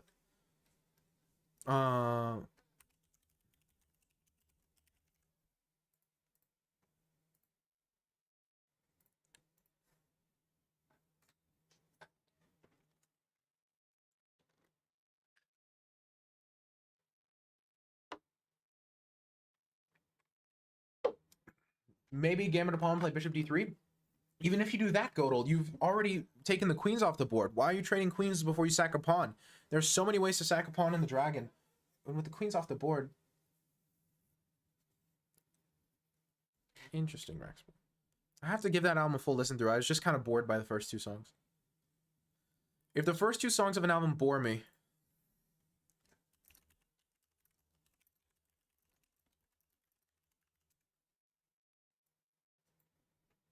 By Void trading, maybe? I don't know, without calc. The thing about the benefit of the dragon, like the big point of the dragon, is that if there's no attack, black is better in the endgame. Oh no. The big cool point of the dragon is that if you trade queens and go into an endgame, black is better because of the central pawn majority. That's like the point. What am I playing, Cormac? Kali? What was Kali again? Wasn't that like b3, bishop b2? Oh, let me I have to Google this.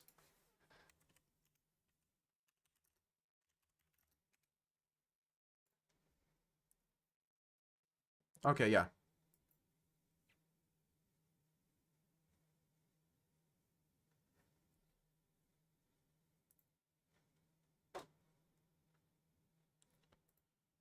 Let me see if I can find... Here we go. Yeah, I know what we're doing. It's like a bad London. Eyes. No. Bishop d2. But isn't it c3 as well? Hello, Tin. Isn't it c3 too, Cormac? And like, you play boring chess? Yeah, it is c3. To prevent knight b4. Take your pick. Well, I'm pretty sure c3 is the Kali.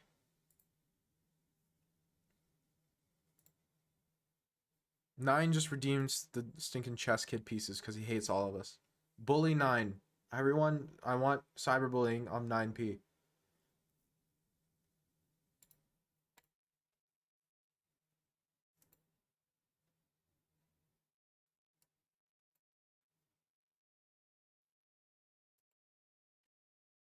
Use Kali. I play Stonewall all day. Ooh, you're a good person to have in here. I'm picking up the Leningrad Dutch. Bishop c3. Never heard of it. If I had senior Zagreb championship, my club and coach, but I'm the weakest there. Most of these games, should I still do it or no? Absolutely, without question. That's not like I cannot stress how not questioned that is. That's not even remotely a question. It's not inquisitive. It's nothing. That's not a question. Absolutely, without a doubt.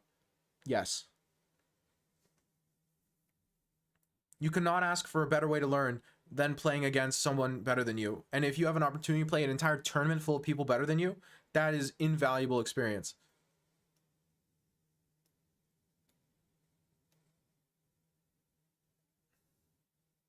Plus, it's just a good time in my experience.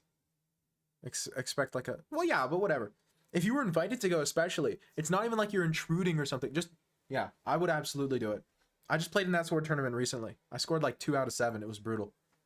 Had a great time.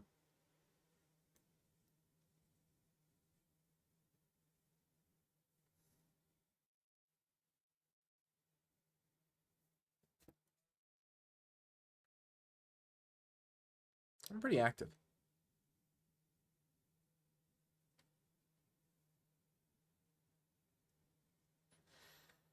I don't mind this position. I think I'm doing okay. I wouldn't say I'm better, but I don't think I'm worse either. I don't like that move. I think c5 is probably better. Oh, c5's not clear. Wait, was I trapping the bishop after f4? Am I dumb? Hey, he takes too much. Madu Silva. Madu Silva? Imagine the board moving the pieces, think your Hikaru is dopamine source for a while. Yeah. I think I could have trapped the bishop with f4. Whoops. Yeah, exactly, Tin. That's the right mindset. It's good.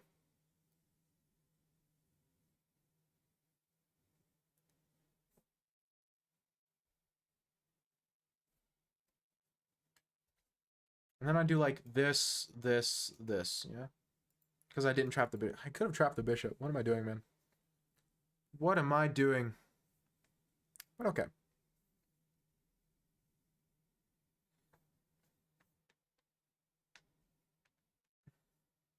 And trust me, strong players are not going to complain about points that they get for free by beating up Patzers.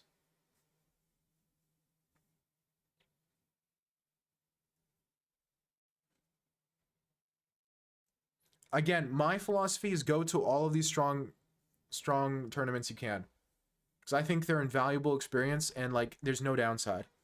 Except from the financial perspective, if you can afford it, right? Because some of these big, strong tournaments can be expensive. And to me, that's the only real downside.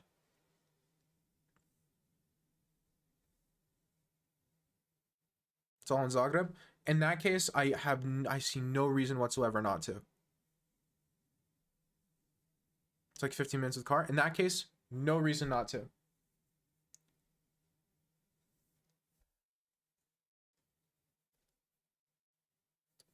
$9p redeemed, choose my pieces, and chose violence.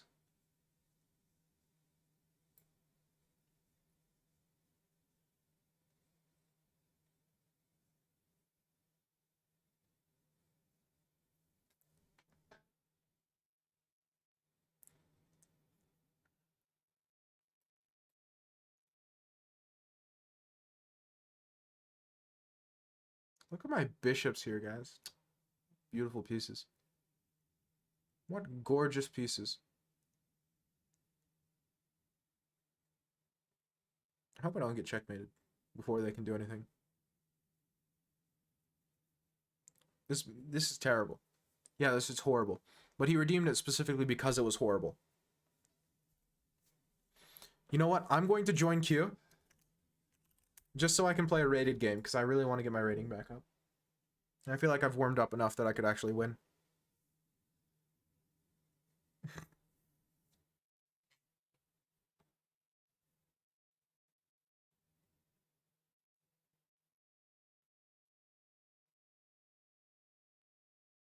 Oh, lucky duck. Here's 2800. Thank you, Michelle. I'm working on it. Currently it's a little bit oily, but that's because I'm trying to do the shampoo-less thing. And while it's going well overall, I'd say, I'm still in the transition period.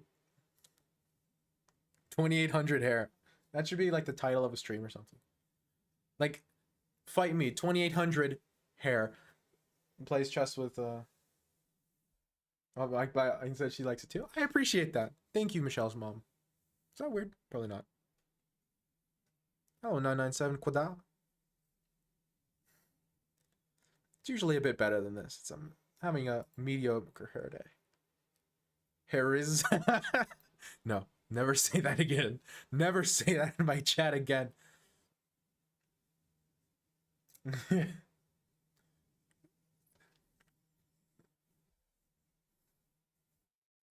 like an insta-kill spell, IRL.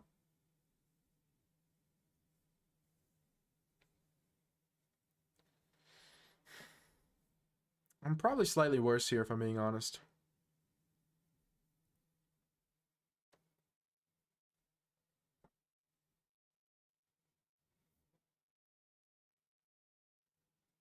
Could be worse, but I'm not a huge fan of my position. I'm glad this pawn is here, though. This pawn is probably what's keeping me from being significantly worse. If this pawn was like here instead, I'd be losing. Oh, that's just barbaric.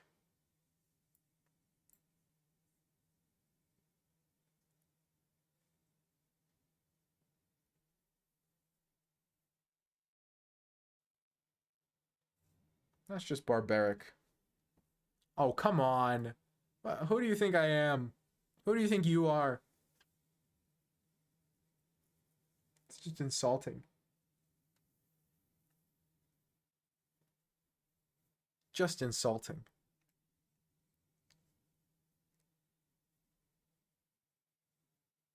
He do be cooking, though.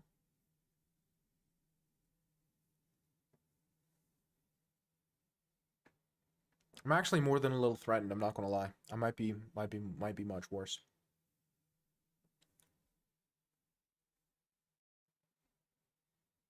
But it's fine.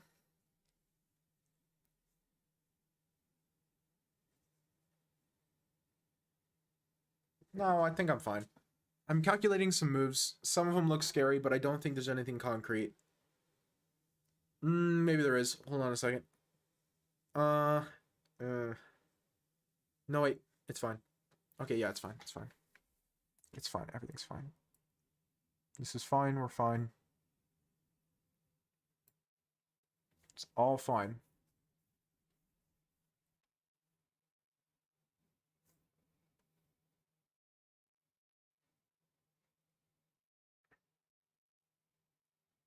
The world is not fine. The world is fine. Everything is fine, chat.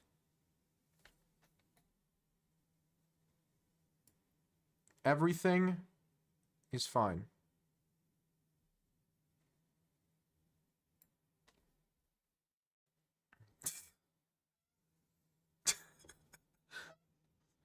Man, if I just got in shape, I feel like I'd be like an 8. 9, something like that. Fortunately, that's the hard part.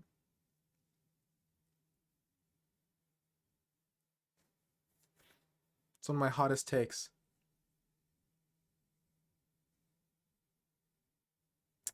Ooh, that's a good move.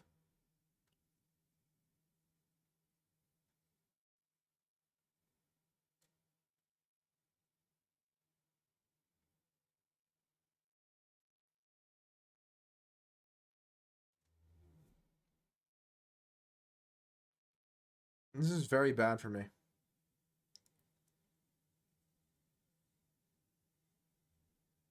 Right, this is like very bad for me. Ooh. I did not consider the consequences of my actions.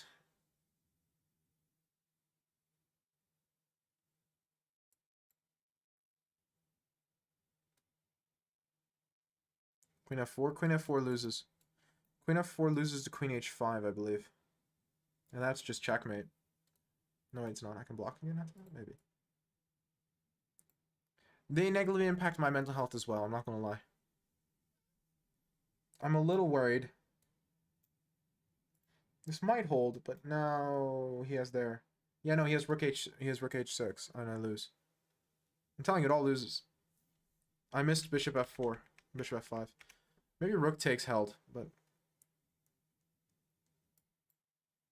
I told you guys it was forced checkmate. Well, yeah, it's forced checkmate. Yuck. Yuck. That's why I got hit with the double whammy. Both these pieces and an opening I've never played before. Actually, it's not true.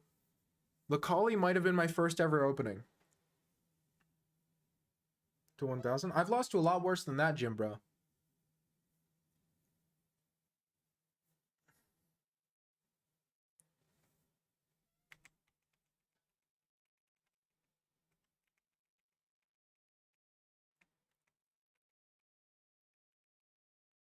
Yeah, I literally f4. You blundered a piece, homies. I want you to know, you blundered a piece twice. You trapped your own bishop, f4, and you lose a bishop.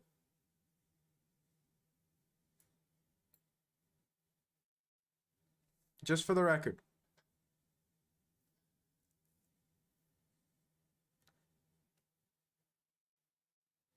Yeah, I'm considering Leningrad, although because I don't like how positionally dubious the Stonewall is. I know you're a gentleman. Yes, I'm a gentleman. When did it go? Heck. Yeah, I should have just played queen takes, because the queen guards this. I don't know why I missed that. The Leningrad, yeah. It's f5, g6, bishop g7, knight f6, castles, e6. Or sorry, D6.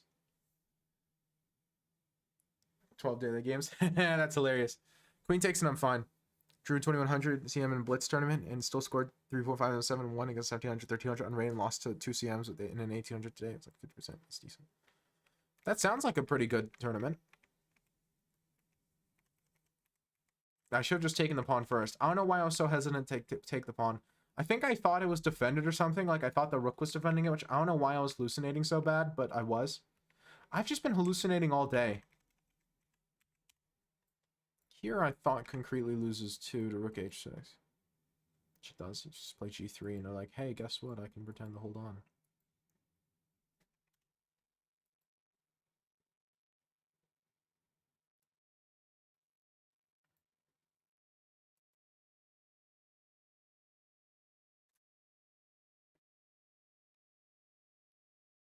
Do it, Jim, bro. What movie are you going to watch? If you don't mind telling me before you leave. Whoa. Just got woozy. No idea? Fair enough. You know what? I'm not playing rated. I'm clearly hallucinating a great deal today. I don't know why, but I'm just seeing things. I'm seeing a lot of things. Okay, it's your turn, 9.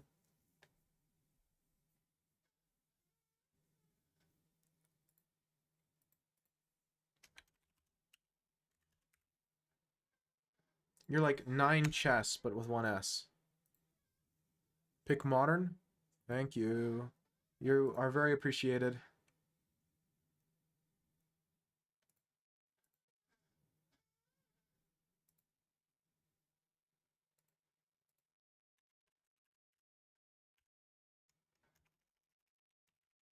Nine chess with 1 S, and you had a rock with googly eyes as your profile picture. Take that back. Yeah, it's better than Chess Kid, but it's not super visually clear. It's not visually distinct, but it's better than stinking Chess Kid.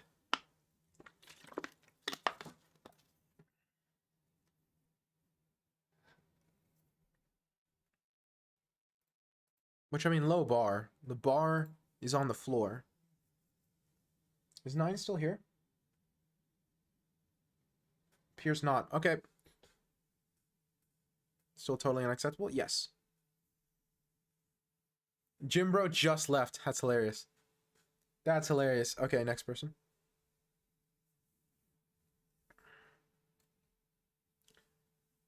Beartix. Is Beartix still here? I think Beartix left as well.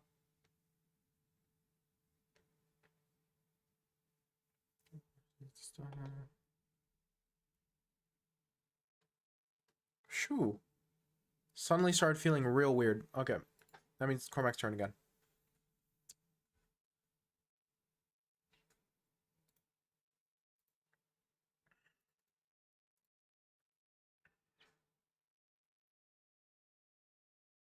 Go get a Visa gift card to get chess.com membership. Hey, make sure to use my affiliate link. Shameless plug. Give money. Good evening, DC.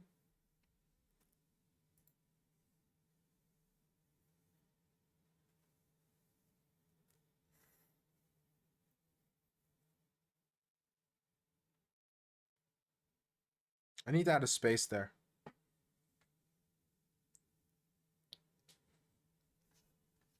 Give me a second. Let me fix that command real quick while the analysis is loading.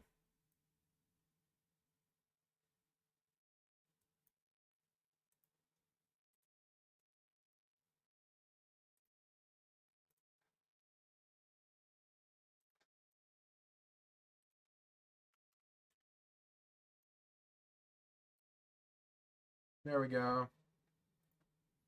Most boring opening as a CM. Guess which one it was?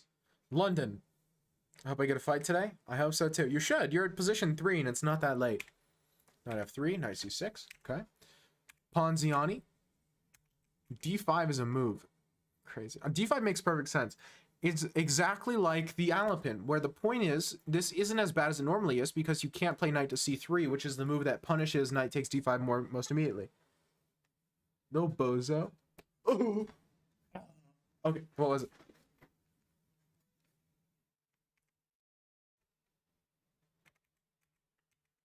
Queen e4. D takes e. Oh, but the knight's pinned.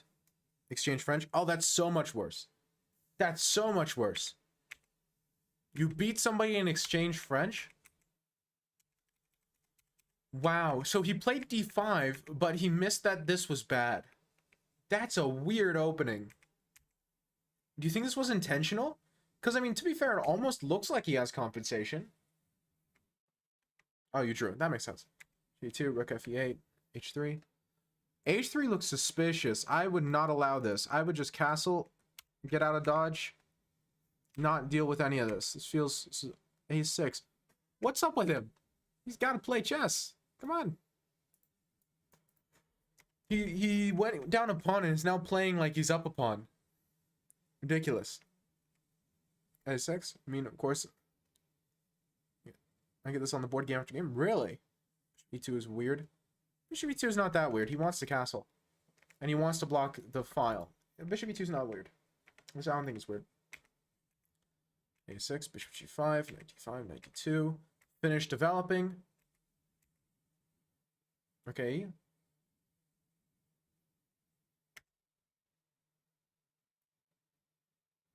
Can you not play like a bishop c4?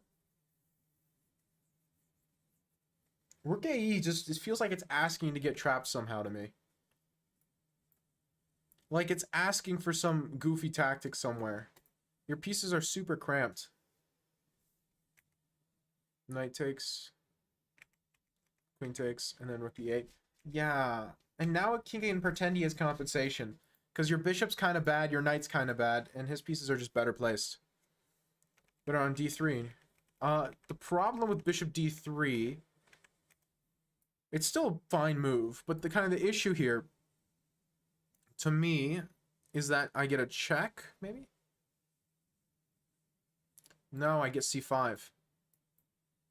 I get c5 and you can't take because the bishop will be almost hanging. I mean, it's not quite hanging, but... I don't know. Bishop d3 could be fine too. Just blocking the files is a super safe move, but I guess the problem is Cormac's spending so little time this game. Both players are playing way too quick. This isn't bullet. Rook fe1, I'd let more. Forget rook fe1, just play bishop c4. This is a very natural move. Knight a5. You can just play like rook ae1 now. And you've avoided any problems. Bishop b3. If he takes, you're happy. If he takes, you're happy. Bishop c4 to me is a much more natural move than rook ae. Because this just gives him free tempi that he doesn't deserve. Oh, and he lost more material. Ooh. Check, anybody? Queens with check? He tried so hard. And then it's mate. What is this? A Cormac game.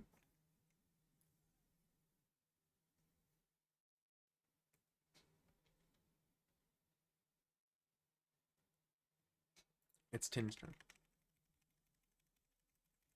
Do people play d5 and then take often? Because d5 makes a lot of sense. But taking does not make much sense. You play this idea, you gotta kind of commit to it to some degree. Bishop d7 here makes a lot of sense to me. It's what I would be considering. Then you go for something like this, which might not be good, but it's super interesting. Or you can just be try and hold on to the pawn. And out goofy the goofster. Bishop d7 are the moves? Okay. Those both look incredibly natural. Takes does not look natural.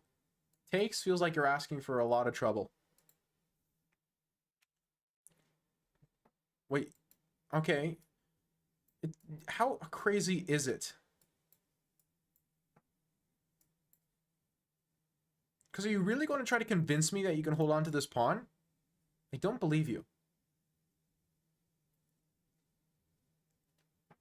Are you really trying to convince me you can hold on to this pawn? I like e4 here.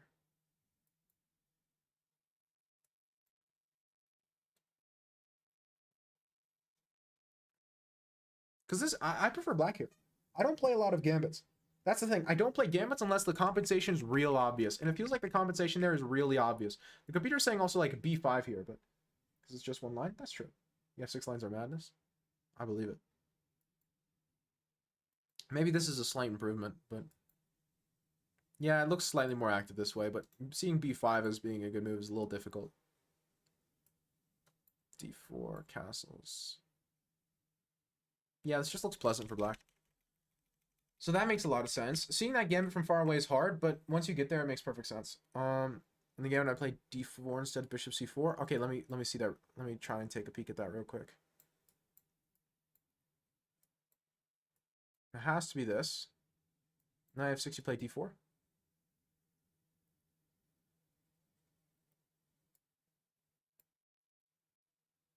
And then you don't take. You play bishop e2. I still prefer black.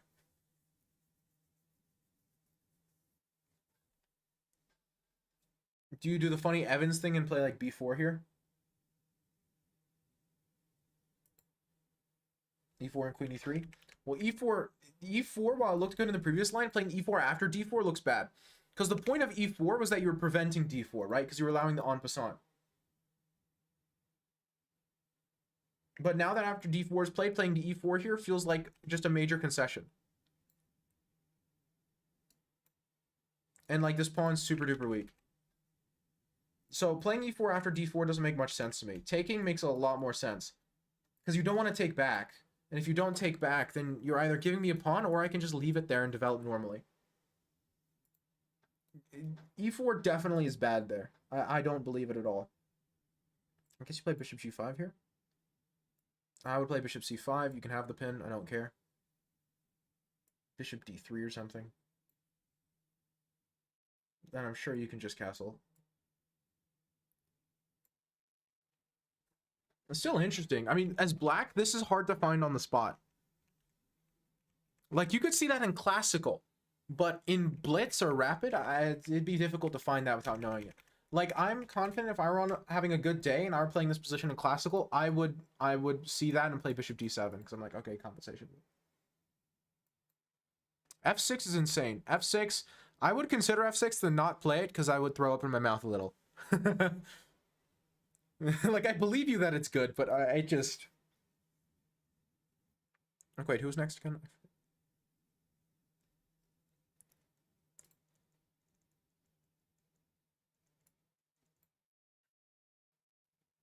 Yeah, no, I would hate this. The gambit line looks infinitely better to me. The gambit line looks infinitely better. That feels painful.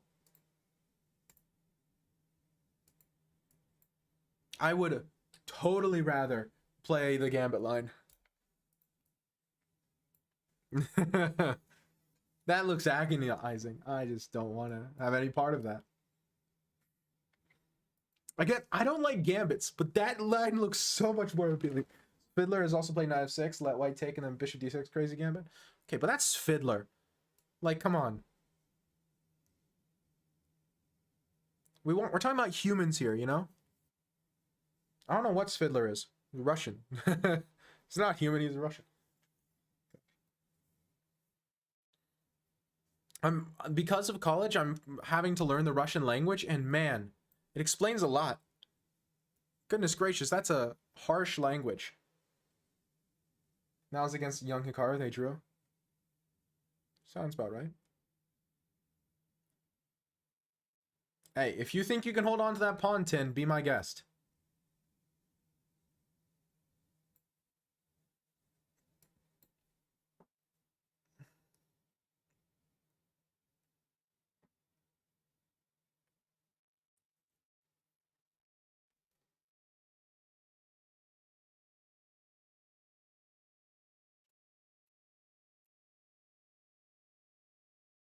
Hello, Euphus. Welcome back.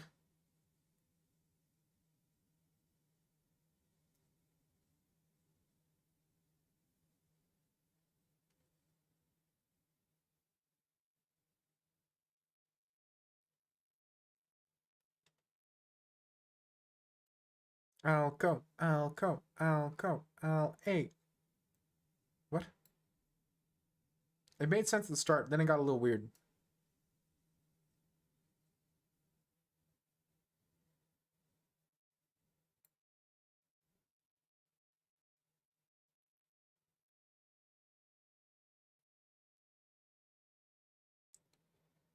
My bad's autocorrect. I don't care.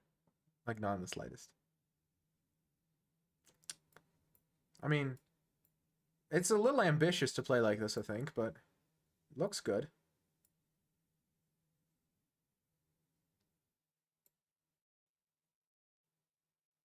Okay, it's more than a little ambitious. It's a lot ambitious. Thank you.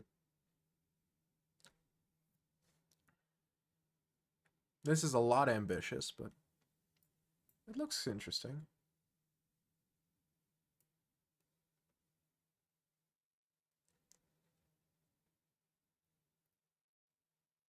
It's very Catalan in nature. I'm sacking a pawn just for a better bishop. That's like the only thing I have for this pawn. Very Catalan.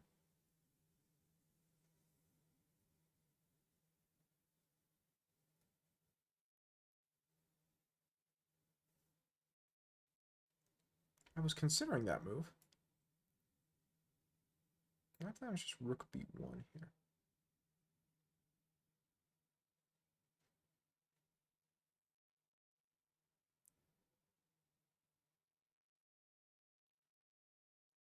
Okay, welcome back, 9.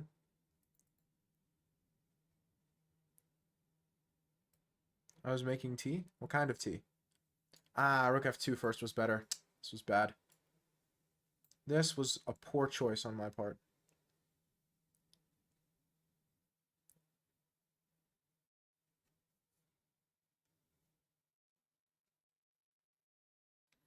Rook f2 first to preempt bishop e2 was better, because then I can play h3 and force the bishop out more efficiently.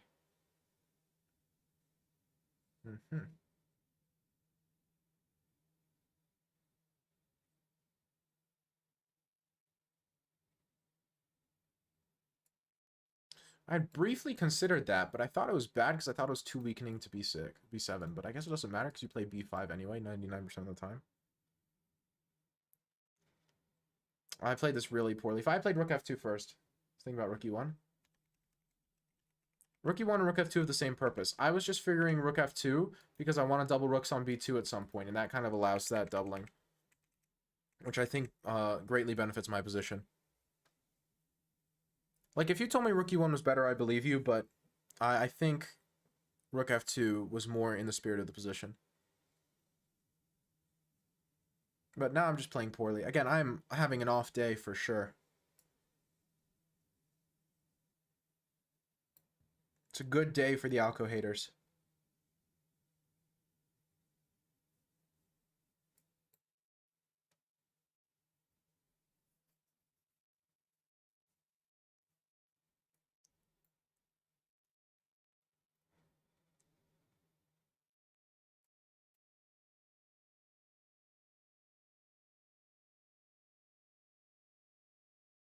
I don't know what kind of tea it is. Neither do I. So that makes 2 of us.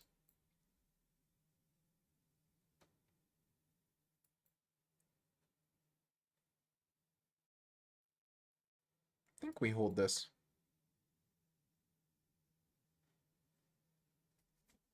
Our rooks are very active. So while it's 2 pawns down, you can't hold both pawns. So it's effectively, it looks to me like it's effectively only 1 pawn down. 1 pawn down rook endgame, usually that's a draw. So I think by sheer force of cringe, we hold this. Be a tough endgame? Oh yeah, for sure. But that's what I get, right? I'm being punished for my sins.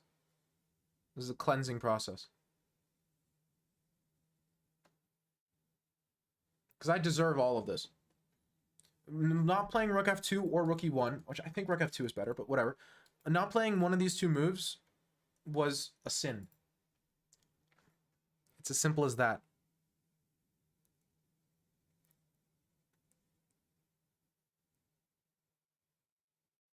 East Indian. Yeah, I don't know what that means either. 1 pawn down rook endgame, holdable probably. Especially with his king cut off from the pawn. He's going to have a heck of a time winning this. It's going to be agony to hold, but I don't know if the pawns being like this is a benefit or a detriment. I can't decide.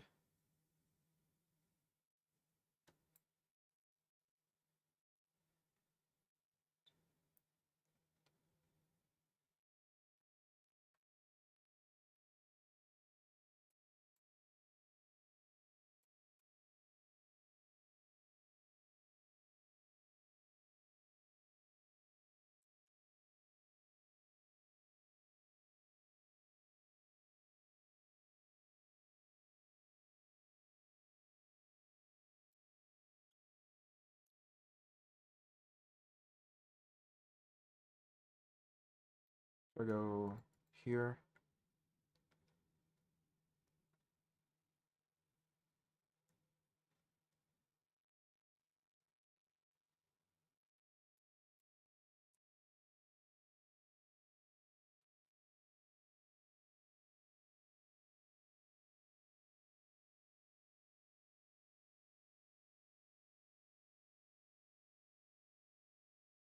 Yeah, I lose.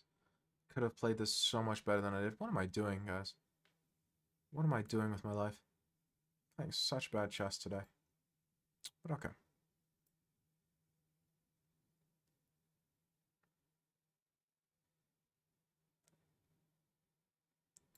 I'm not even sure what piece he should take with.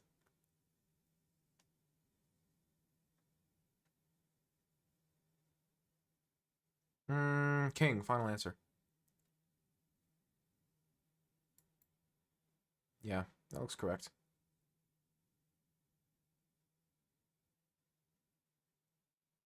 Then you go here, here. That way you can hold this pawn and attack this pawn. Try to walk around, I presume. You take, I take, and you take my pawn and it goes into a losing endgame for me.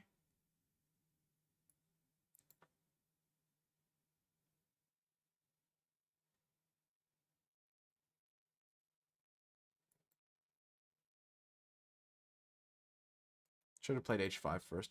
I am playing terrible chess today. I am so sorry for all of you who have to sit through this. Absolutely atrocious chess today.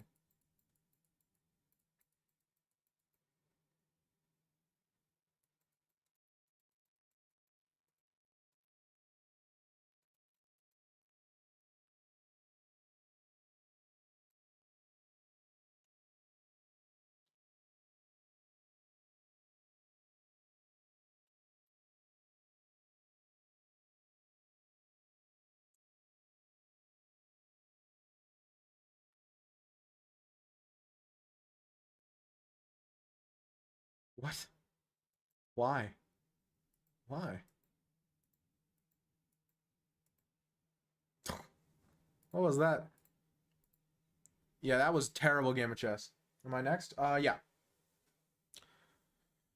I think I'm gonna close early because I'm feeling weird. Just a meme? Fair enough. I accept it. Meme accepted. Meme approved. Everyone, I might close queue sooner than I normally would because I'm feeling real weird.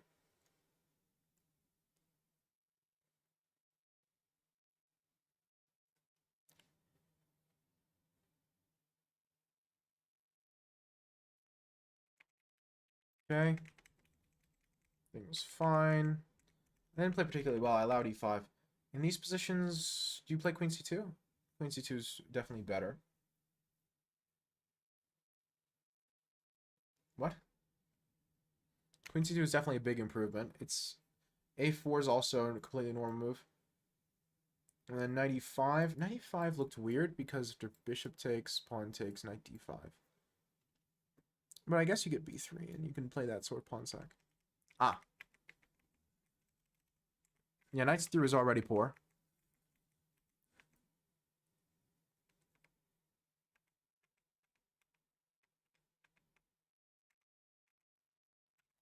Just literally this. Now you play rook f, rook hd like you did before. From like bishop c8.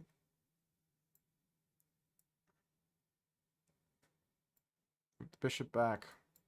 I could force the bishop all the way back, and I'm not that much worse. I'm worse, but I can at least try to hold. But h3 early just allowed this, and now I've got such a terrible endgame. And then I gave you a4 with tempo. Then the rook endgame might have been drawing at some point, but again, rook a3 was better here. Why let you push the pawn? There's so many questions. So many questions. Rook a8, king g3. But even then, it's not the same because your king's too close.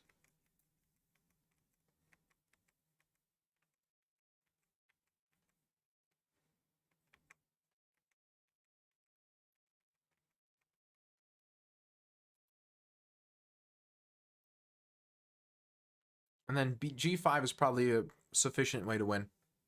Prince will have chess and still got a decent position. Yeah. But again, I could have punished you. Taking this early in the opening is something really difficult to play. And bishop d6, you're already significantly worse. That's the thing. Just playing like knight fd2, just the normal moves you play in this position, I could have really made you have a painful position. Like what Magnus did against Jan. The Catalan is also a good opening for me because it's a very good litmus test of how I'm feeling that day.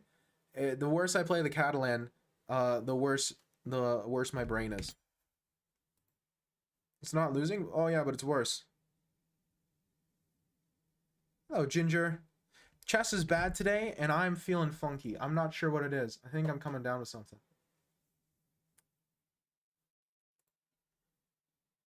Next was 9p. Otherwise, I've been having a pretty good day and a pretty good week as a whole, honestly. Yeah, absolutely. Pick, make yourself happy. Finally, it's a miracle.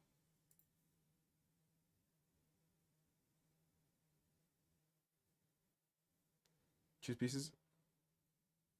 Gotcha. What are we doing? Space? I normally do space.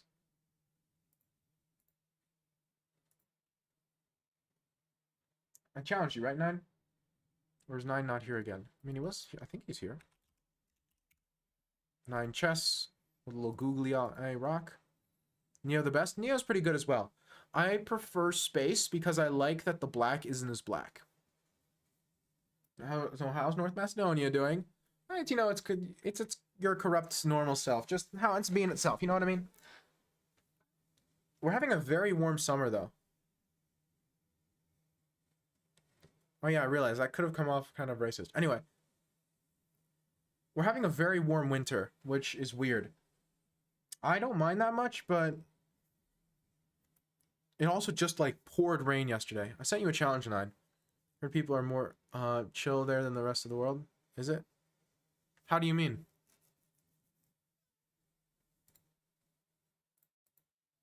What do you mean more chill?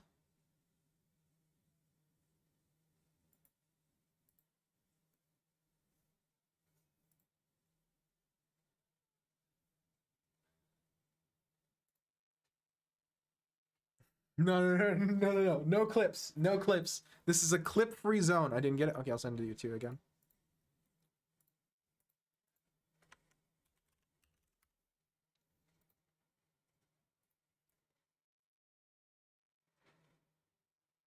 That type of chill? Absolutely.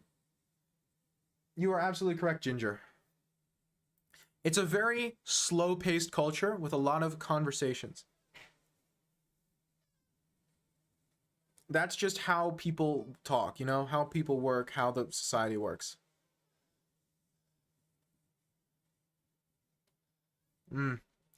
Yep. My brain's definitely on strike. I've been working it too hard. Very nice conversations. And UK is just the opposite. Yeah, I've been to the UK once. I visited London last year and for some concerts. And it was good. I had a good time, but it's a very different place. Much faster paced. There are ups and downs. I'm fairly certain that's just wrong.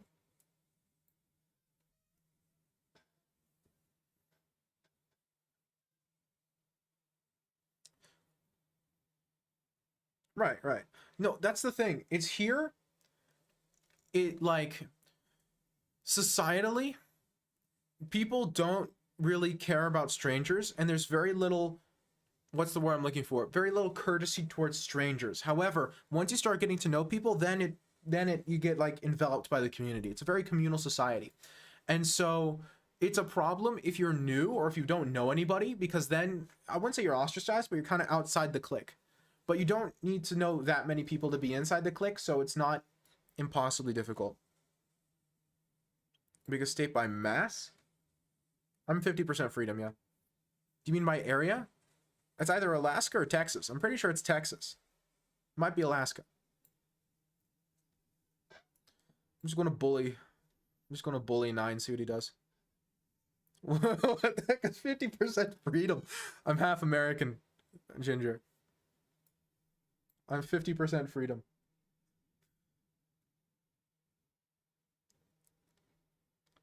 I knew it was either Alaska or Texas. I just wasn't sure which one.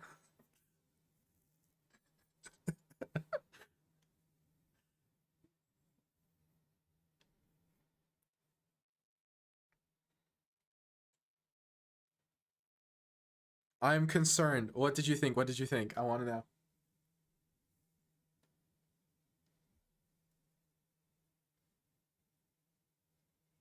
Yeah. So here it's bad until you start getting to know people, but because then you get to know people and it's fine. You know, you walk into the store, you know everyone there, you have a conversation, you leave. It's I like the pace. Twitch doesn't want to? Okay, never mind.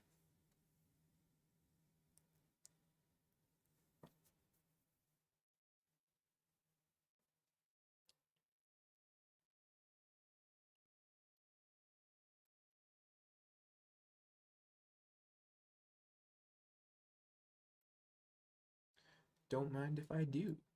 Now we're just going to castle. We're going to stack rooks on the A file, and we are going to play B5. That's the plan. It's just that shrimple. The Great Wall of China? Exactly. I mean, look at this. Look at these pawns. And per usual, he who controls the pawn breaks controls the game. And I pretty much control the main pawn break. Boom, bang, bop. Actually, I can bop right now. I don't even have to double yet because his knight's on the 8th rank. So better watch yourself, 9. It's good to have a plan. Yep. The funny thing is this transposed into a reverse color anti-London. This is my anti-London system, but we're playing with opposite colors, so I'm a tempo up. I don't know why, right now I'm just eating cornflakes. Based. Today, I had the leftovers of tacos that my mom made yesterday, and then I also made myself some fried rice.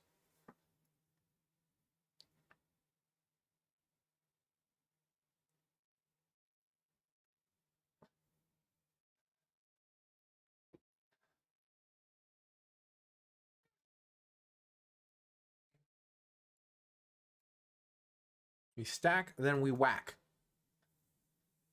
Yep. Wasn't Taco Tuesday? Yeah, but, you know, it's Taco Tuesday in spirit. No, not at all. Not at all, Tin.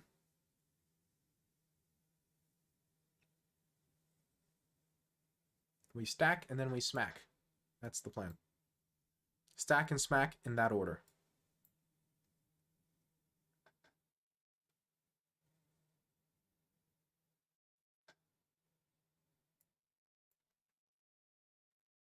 You know what? Sure, knock yourself out.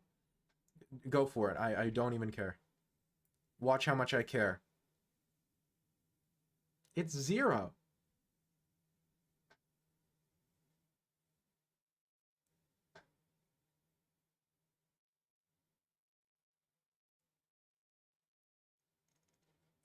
Who in their right mind does milk first? I'm serious. You're going to splash the milk everywhere, and you don't know if you have the ratio right. That's psychotic.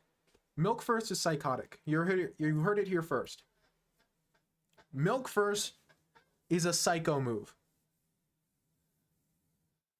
I have a psychopath friend. You should not be your friend anymore. Honestly, that's a non-negotiable. You can't do it. It's wrong. It's objectively and morally wrong. And here's B5. It took us a million years, but we did it. We did it, chat. We won. And now's where the fun begins.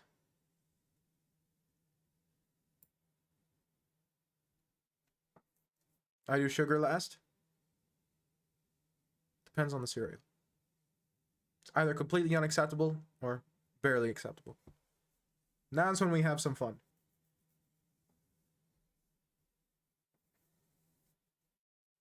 Gift me the rook.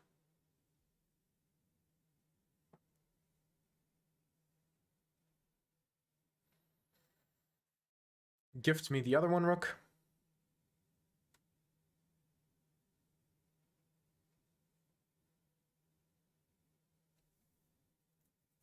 and gift me the queen.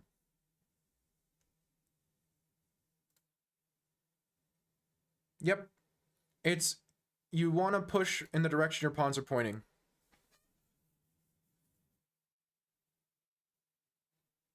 No. Why even let him have it? There's no reason to give him the check. A very red carpet. We're taking it all away. Boom. Queen. Oh, let's kill him.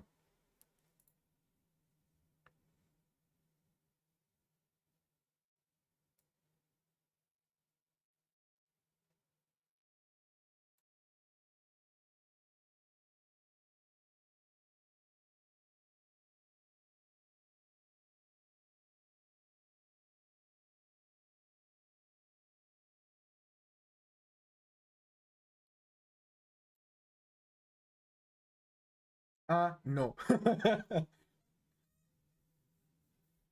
He sacks 19 points of material. Yeah, this is pretty bad. This is a fairly bad position. Don't ask me how I know. It's pure intuition. This position, less than spectacular.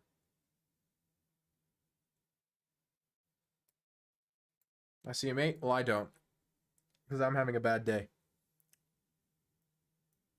Can't see anything. I am blind and cannot see.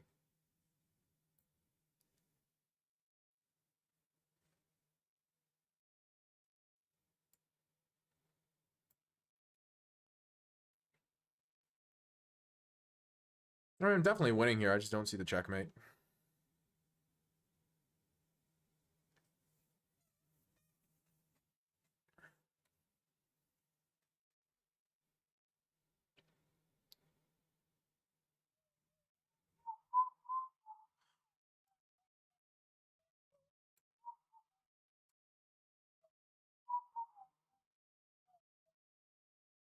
Oh, you forgot you can't hear my whistling.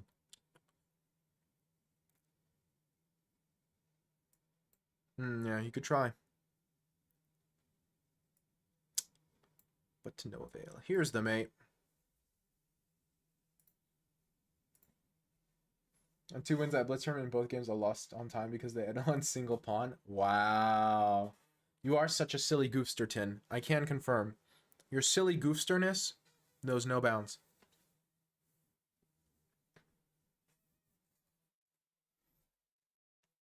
One time I played 11 pawn moves in a row against a guy from my chess club in this line and I beat him. He basically quit playing the London against me after that. It was pretty funny.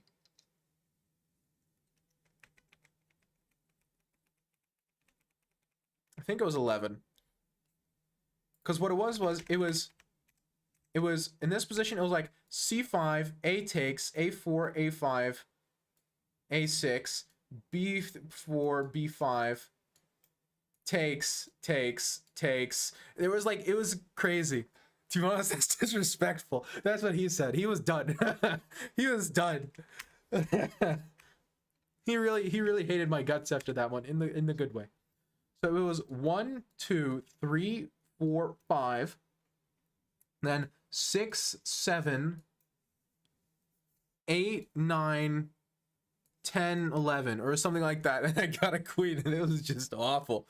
It was just horrible. It was a chess career ender right there. It was great. Wish I had that game written down. It was like Blitz. Anyway, a takes b, knight b7, b4, g6, b5, bishop g7, b6. b6 isn't even good. b6 isn't even good. I should probably just take, and then after takes, play like rook a6 and win this pawn. But I just want to do it so bad sometimes. b6 is so very funny. Then b4, bishop f4, and I'm just locking down the position. And it's completely winning for me. Because every move just made black slightly worse, and suddenly black has no counterplay. Look at this. I can play bishop takes a6 with a straight face, and it's completely winning. Bishop takes a6, completely winning.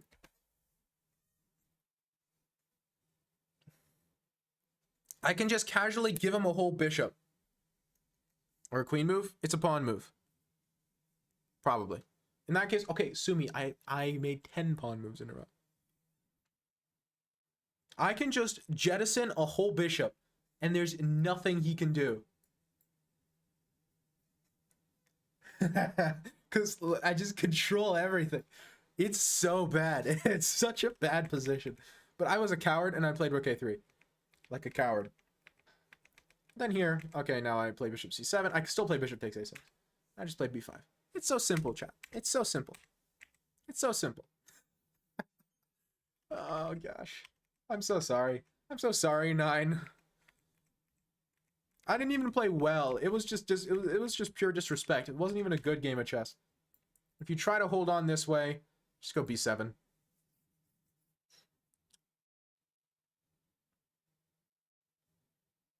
Go like rook a8, I just take. And technically you have 2 pieces for the rook, but I play b5.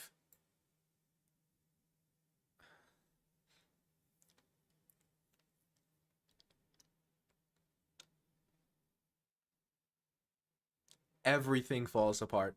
It's all over. You take this way, I play c6. You take this way, I play rook a8. You take the pawn, I take on a6, and then play knight e5 and take on c6. It all disintegrates right before your eyes.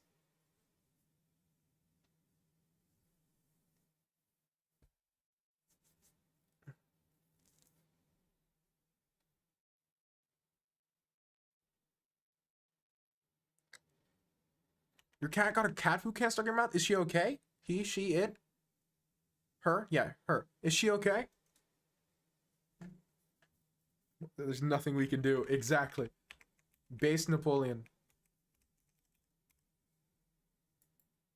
I ripped his bones apart.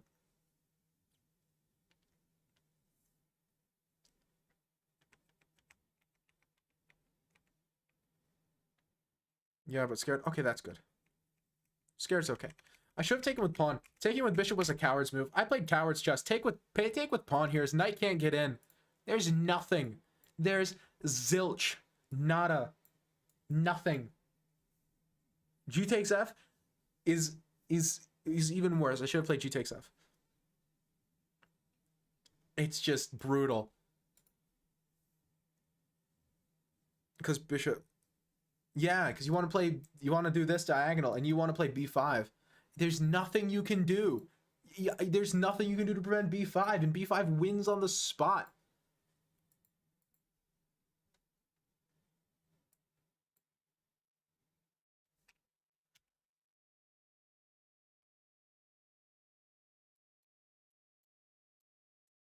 It's a menace. Spider-Man. Okay, next meme. What's that song that we play when there's nothing we can do, Napoleon?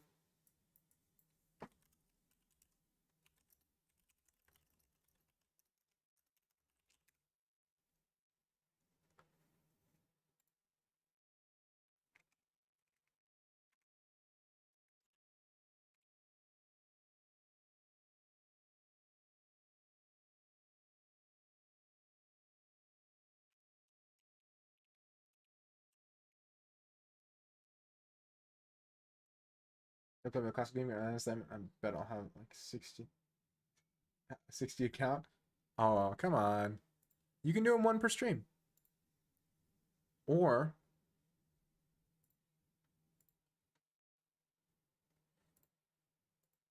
maybe. Oh, 60 actually. Oh, yeah, for sure. Can you hear the song? Yeah, I know.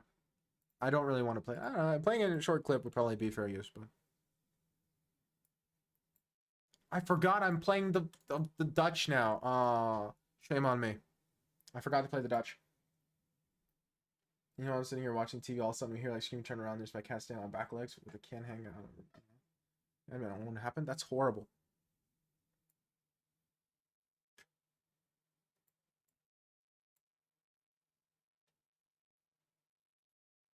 Pretty sure this is the Glasgow kiss. Alright, for content round 1. You gotta, Tin. Okay, now we've stabilized.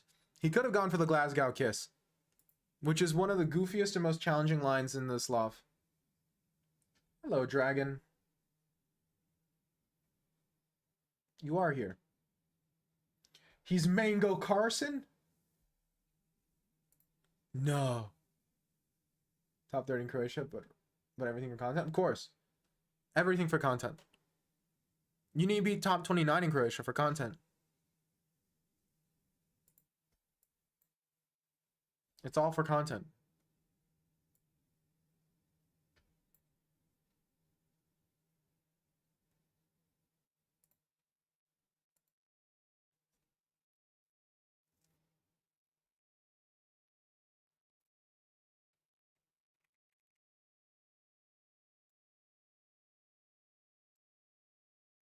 The funniest part is in these lines, I can usually just sit and let you take that.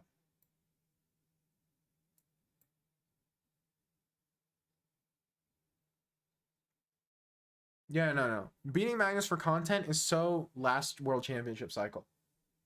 Absolutely, Tin. For content.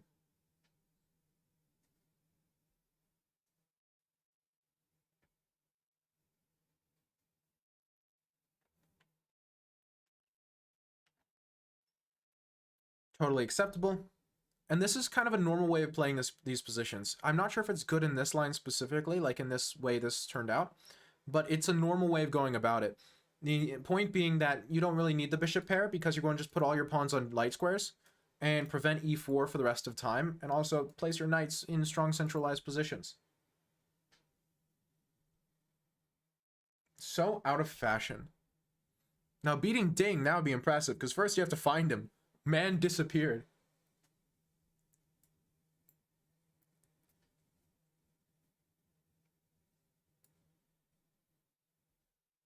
Oh, did you watch Oppenheimer? Yes, I did. I'm like huge Christopher Nolan fan. Huge Christopher Nolan fan. Love his stuff. Is he even playing Isle of Man? I don't think so. Again, he literally hasn't played any event since the World Championship. It's crazy. That I know of. Maybe I missed one, but I'm fairly certain he hasn't. Like, we talk about Carlsen, but, like, look at the competition. I mean, Jan would be a better champion than Ding, but I think it's poor. I'm not going to say Ding didn't deserve it, but it's a shame that Jan didn't get it. Ending it on high. But come on, but that's like, I'm not going to say unfair to the rest of the chess world, but almost unfair to the rest of the chess world. Kind of selfish. Nolan doesn't make movies. Visual art. He makes cinema. He makes films. I'm a huge Nolan fan. Huge Nolan fan. He has some of his weaknesses as a director, but he's just got so many masterpieces and such a grip on the craft. I'm not saying it's wrong, but I'm saying it kind of proves. Again, think about this, guys. Carlsen didn't play the World Championship match because he objected to the format, right? The whole point of FIDE as an organization is in order to make it easier for champions and their challengers to kind of work together and come up with a way to play their match. So FIDE refusing to work with Carlsen at all is them completely like doing the opposite of their job. And then it's Carlsen's fault somehow. Like, this isn't a Bobby Fischer situation where he says, oh, I have a list of 320 demands and also I need to win draws. You know? Absolutely picks him, but I don't think the championship being the way it did for as long as it did helped. I've never seen Dunkirk. Dunkirk is the one I've missed. I have never seen Dunkirk, and I've never seen The Following. I've seen all of his other movies. I'm gonna. He's my favorite director, man. I fully intend to.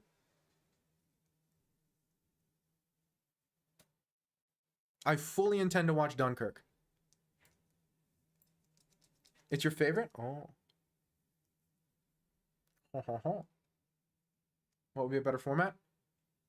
One closer to the ones we had in the past, where it's the first to X number of wins. For example, off the top of my head.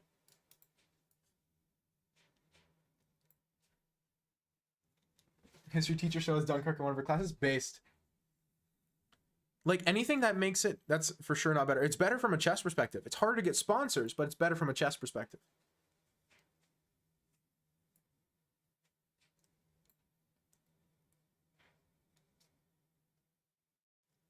Doesn't work logistically. Logistically, it's harder, but it's bad in the way we currently have it because it turns it into if you're better at blitz, you just hold the classical games and then play blitz, like Carlson did versus Fabi. The Carlson-Fabi match was horrible. Not because either one of the players are good. Those were the two best players in that cycle, clearly. Like, it was obvious.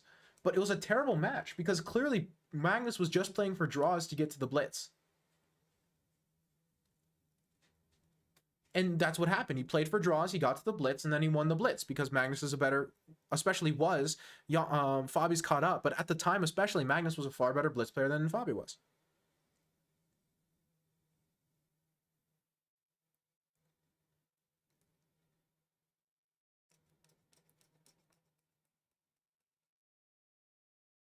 Terrible match as a spectator. It's called strategic move? Absolutely. I do not blame Carlson for that. That's why I'm saying the format needed to change, is because the fact that that was the best strategy, and it was the best strategy, is bad. And it's going to forever, but it won't. Like, if we make the format correctly, it won't. Talking currently, Grand Swiss going on. I'm not, that's not what I'm talking about, but that's a good event. I like that event. Yeah, this is old chess drama, Ginger. This is a classic. First to win 6 games? Sure. First to win 5. First to win 5. That's great. Fully acceptable, much better format. I would even go as far as say like first to win 4. Pixin. The problem that we had before, and the reason it went down to 50 games, is because you had the championship matches you need to win pairs. It was all in game pairs. So if one person won and the other person won, then that would be a big problem, right? But the issue is, if you just do first to 5, you don't have the same problem as you had versus like Kasparov-Karpov. If you just do a first to 5. The reason Kasparov-Karpov went on as long as it did is because it was in matches of like 4 games each, which is dumb. Like that should not have existed. That should not have been a thing. What do you mean? If you look at the Kasparov-Karpov match, what needed to happen is you needed to be ahead after 4 games, after 4 game chunks, once it was in tiebreak mode, right? It was like for most points after 12 games, and then the tie breaks were 4 game chunks, I believe. Maybe it was 2 game chunks, but I think it was 4 game chunks. And so what would happen is one of them would win a game in the 4 game chunks, and then the other one would respond with a win. But it would keep going on like that because 4 game chunks, equalizing a 4 game chunk is crazy.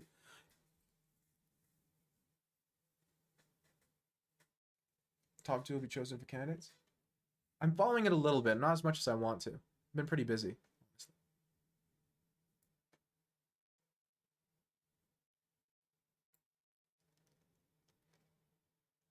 It's been super cool so far, though. The little I have followed has been really neat. Please do.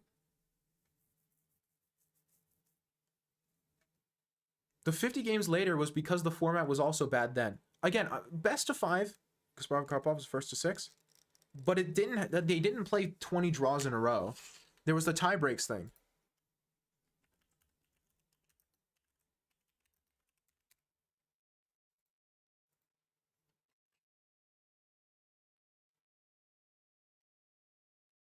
$40 draws. Well, that was Kasparov-Karpov. That was an exception.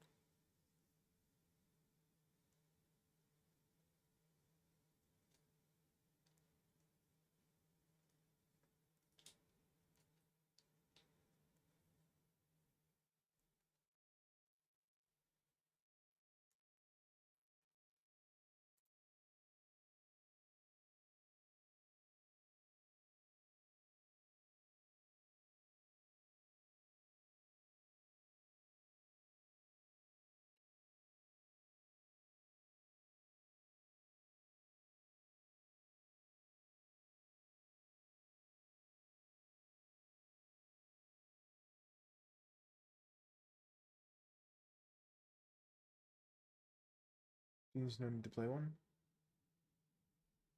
Yeah, but the problem is what is your tie break? How do you decide your tie break? Because again, that's the controversial part. What do you make the tie break? Because if the tie break's Blitz, then it becomes the Blitz World Chess Championship. Really? Orham's having a good tournament? I forgot he was even playing.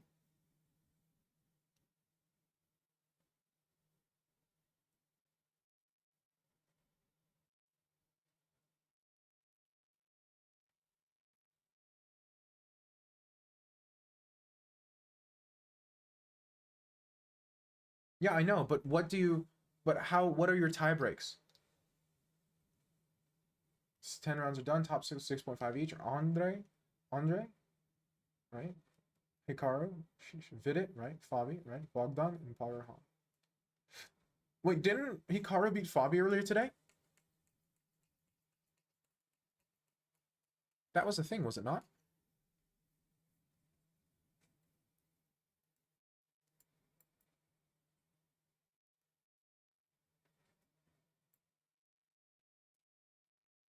They drew? Wait, Fabi held? Hikaru beat Fabi in Scotch. I thought Hikaru beat Fabi. We were just talking about earlier in stream. He defeated him. And so after he beat him, they still are even in points. Sheesh.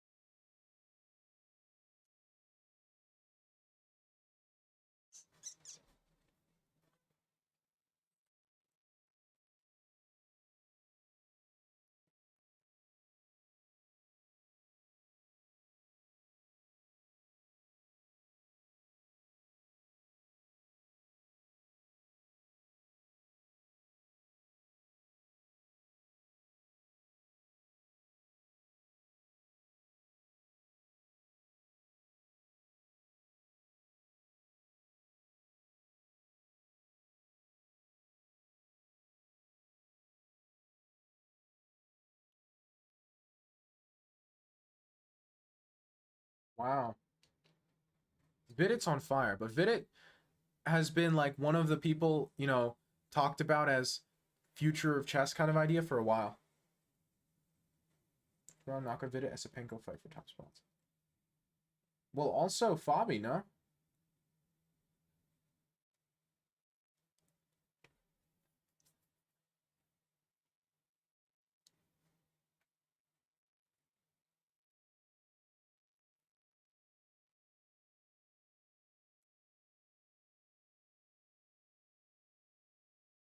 Hmm.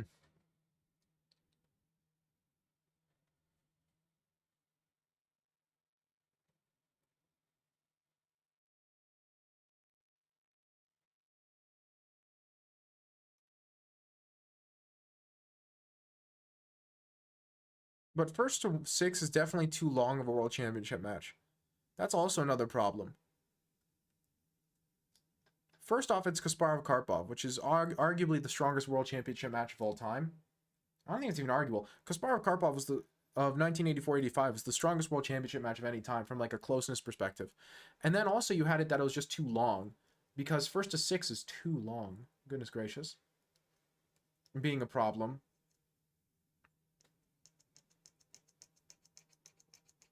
Kasparov Vichy. Kasparov never played Vichy.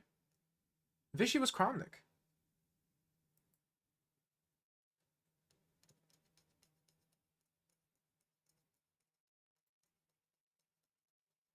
It was Karpov, Kasparov, Kramnik, Vichy. Kasparov, no? No. Kramnik defeated Kasparov and it was Kramnik. Vladimir Kramnik. Kasparov played Vichy in 1994. Oh, he did? Wow, and Vichy must have been really old when he got the championship.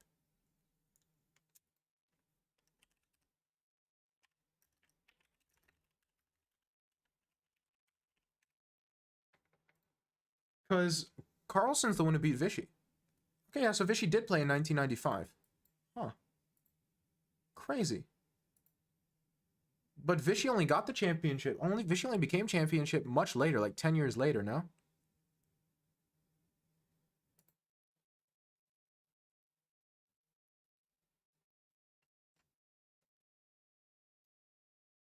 Yeah, 2000, 2002, and then 2007 to 2013. But the 2000, 2002 was the FIDE UCL split. And then 2007 to 2013 was the one where Carlsen beat him. Yeah, so he was older when he got the world championship title. Yeah, but that was the FIDE UCL split, Ginger. That was a difficult time to decide who was world chess champion. Because it was super controversial who was the actual world chess champion, you know? Weird times.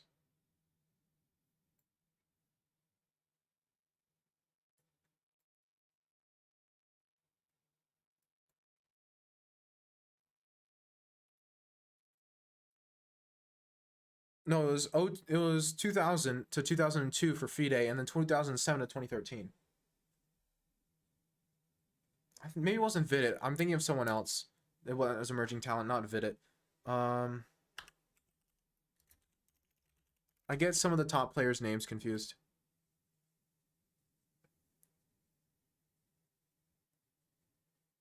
Who was it? Give me a second. I was thinking.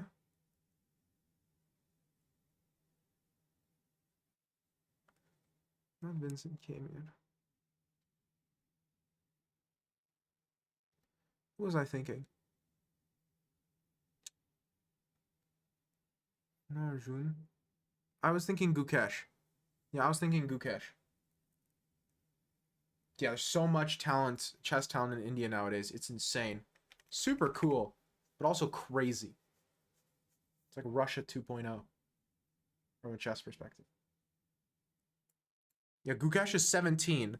Gukesh is 17, and he's currently 27-17.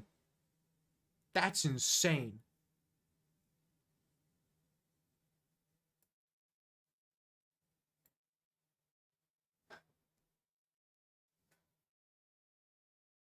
There's like a lost generation.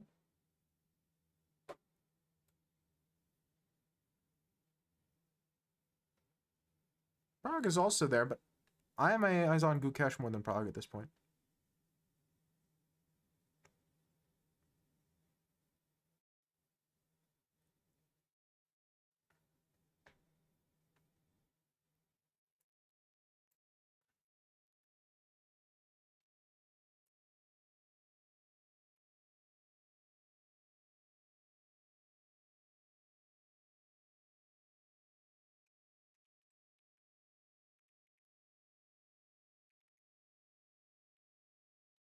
Playing rather poorly.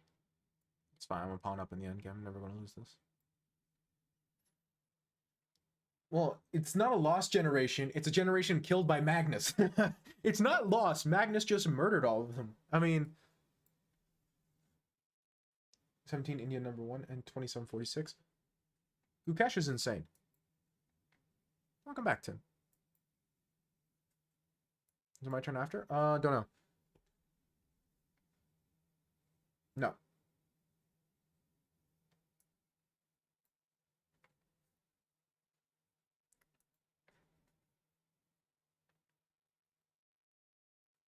The like there are so many players that are alive today that could have been champion if not for Magnus.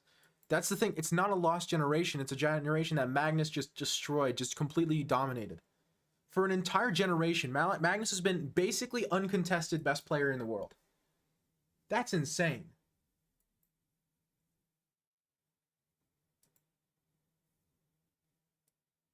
Those Vidits? Yeah, that's what I mean.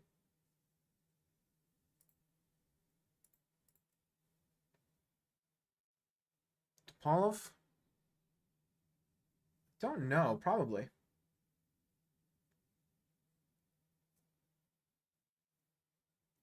Did I play bad? I don't think so.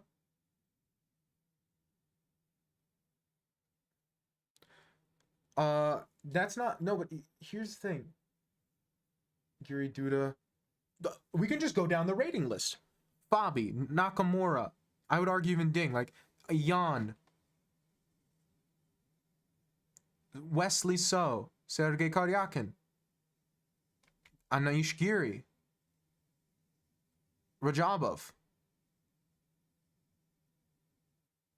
Shakhyar Mamajarov. Like, you go down the rating list. What are you talking about? Oh, you're talking about the players right after Magnus. And no. I get what you're saying. Talking about the players right after Magnus. Yeah, he played very well. Okay, in that case, it would be like maybe even Alireza. Alireza is a bit young, but maybe even Alireza. Alireza, Parham, like Richard Rapport, Vidit,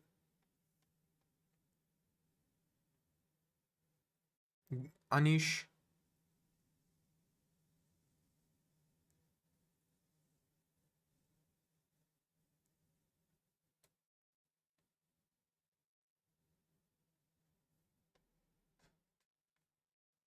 Getting anything big? Yeah.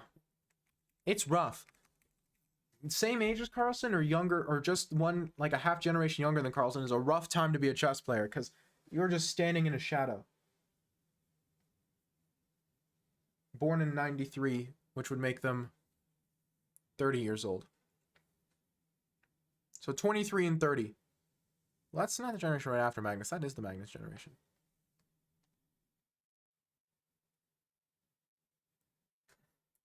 It's so difficult.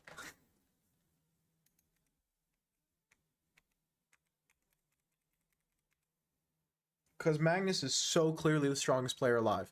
And it's not close. And it's been that way for a long time.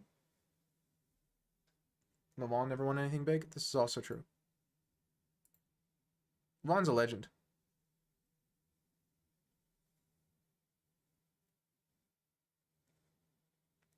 Magnus has been #1 rated since 2010.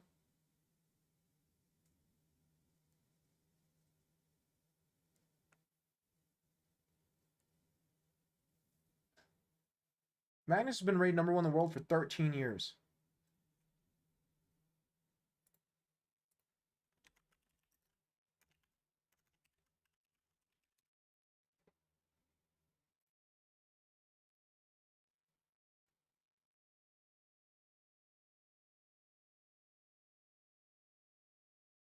In 1984, Kasparov was number ranked with 2710.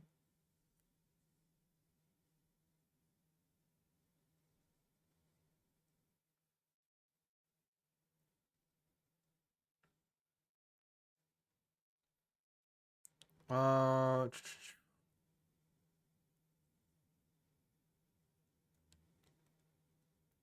so Kasparov was 16 years.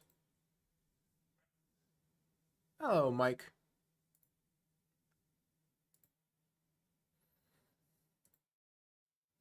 Hmm. 5, okay, e1, knight takes, bishop takes, knight e4. I think I did okay. Knight g5's a bit over enthusiastic. I should have just taken the bishop and then opposite color bishop. I never lose this, you know? But I tried to play a little bit more enthusiastically to try to win, but and then you gave me this massive advantage to play with, but I just did not. Wow, I can just do this, eh? And the problem is if you try to take anything, then you can't because g1 hangs. Goodness gracious, that's disgusting. I completely missed this idea. Oh, you heard the dog bark? Weird. I mean, it did, but surprised you heard it. And then just most drawn rook in a game of all time. Most drawn bishop in a game of all time. So, your opening was quite strong. And in the middle game, you played well for a really long time. However, you gave me too many chances here. Because you really just needed to take back the pawn. You didn't calculate the ramifications of pushing enough, and you didn't consider how strong my knight would be. You can't let the knight be that strong. The knight's strongest when it has advanced support squares. And you gave my knight a very strong advanced support square for no good reason. You know?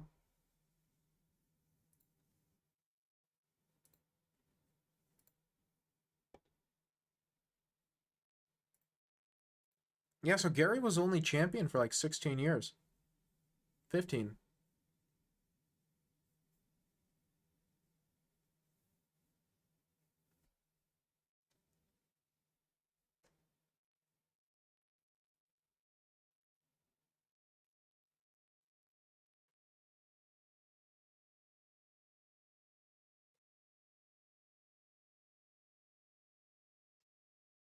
So, yeah.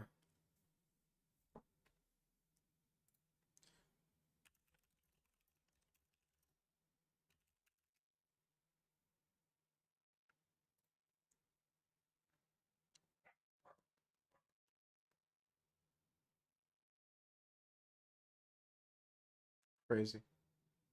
Night, homies. It's DC's turn. D5 is bad. If white took on E2 with the pawn...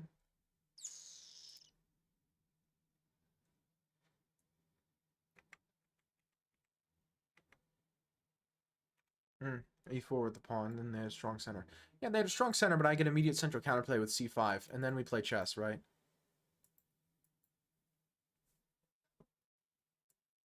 The crazy part is that this even works. But I can just barely hold everything together. Speaking of which, DC, it's your turn.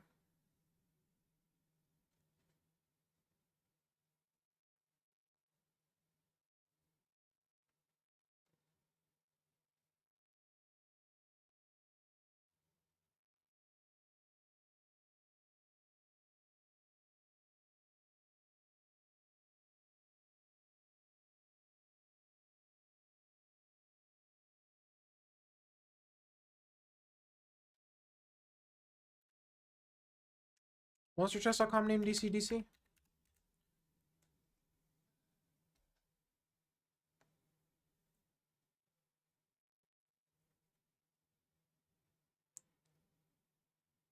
Oh, CDDC. Yep.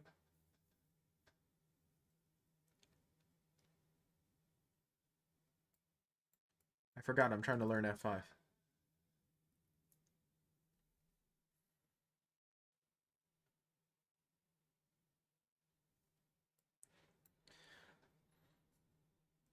It's some pretty crazy stuff. So again, I say give Carlsen a little more time. He's the greatest of all time. Maybe he's even the greatest of all time right now. But Carlsen's just insane. Like the amount he's dominated his era is Kasparov level. Are you going to play Dutch in tournaments? Yes. I have not started doing so, but I fully intend to.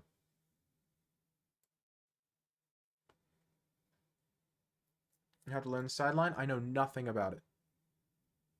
Time to improvise.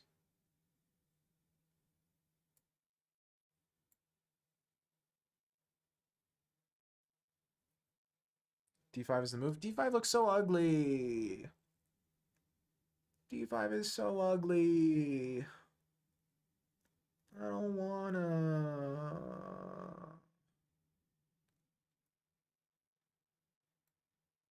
Yeah, I'm sure you have. It's been a while, though. Very weird decision. Why do you think that? Picks him. Benoni would be nice. Yeah, no shot.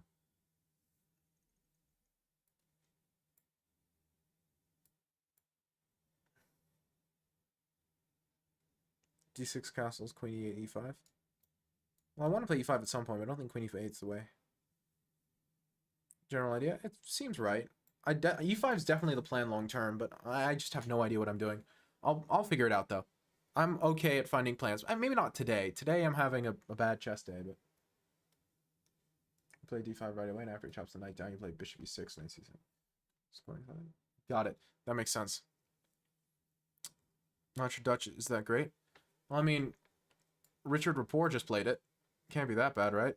He lost with it given, but... Interesting. I'm just going to jettison the pawn, because I don't think it's that good for white after all said and done. Like, how do you even take this? You'd have to take with knight. Do you even take with knight? The knight's trapped. That looks suspicious. That looks suspicious. Yeah, I'm just starting to play the Dutch, so... I haven't even bought a book on it yet, which is normally my step one to learning an opening. Playing lines is a weird seal of approval. Well, since I am literally Richard Rapport, it's the only one. Only seal of approval. Richard Rapport is literally me. Chicken.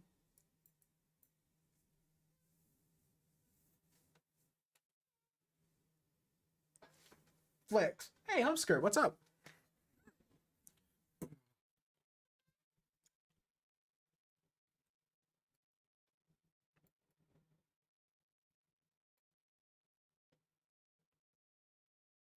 Yeah, that makes sense.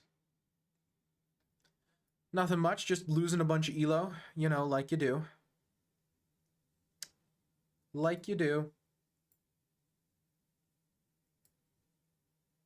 You know how it is. Lose and learn. Yeah, that, but without the learning. Just the losing.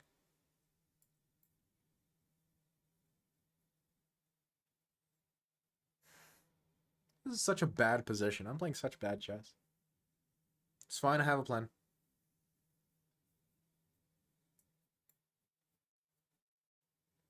Yeah, exactly. Like the worst dance move of all time, the Elo slide.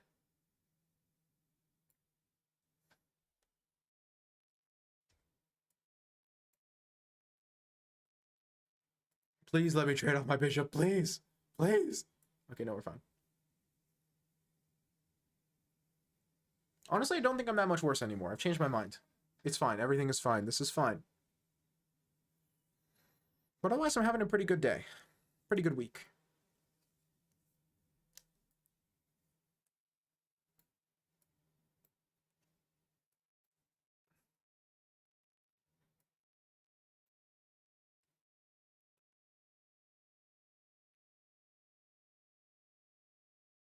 Let's trade queens.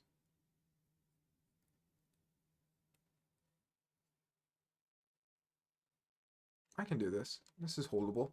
It's going to be painful. This is going to be a painful endgame to play, but it's holdable. My knight's pretty strong.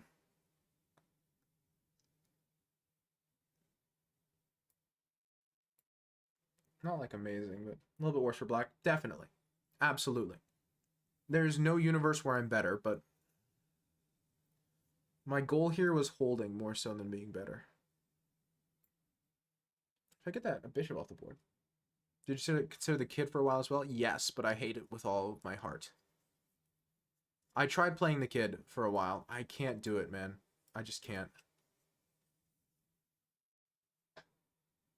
Queen e4? Queen e4 looks hideous.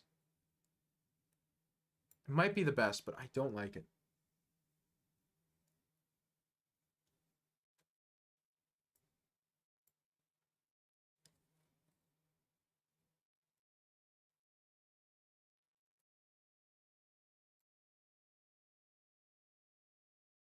Yeah, pretty much.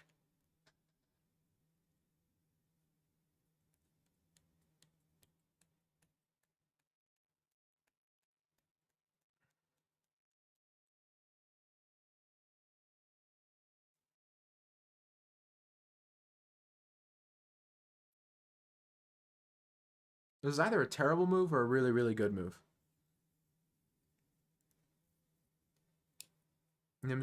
Bongo gives you the same. Nimzo, I could consider myself playing a Nimzo or a Bogo. Those are also on my list. I've never felt super comfortable in the positions.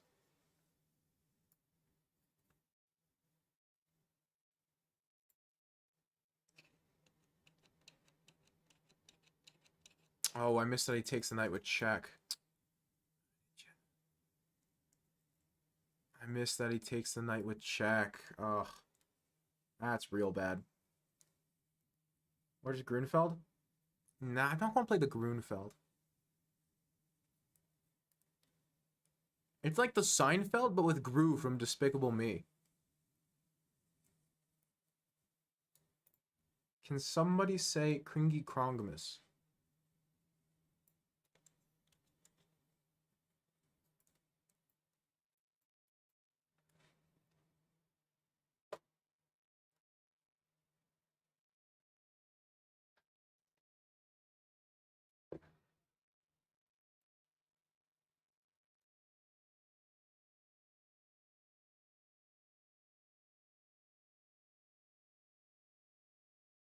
This is still a little bit painful, but should be fine.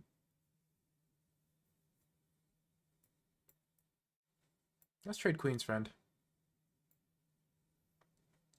How's this rook endgame look? What?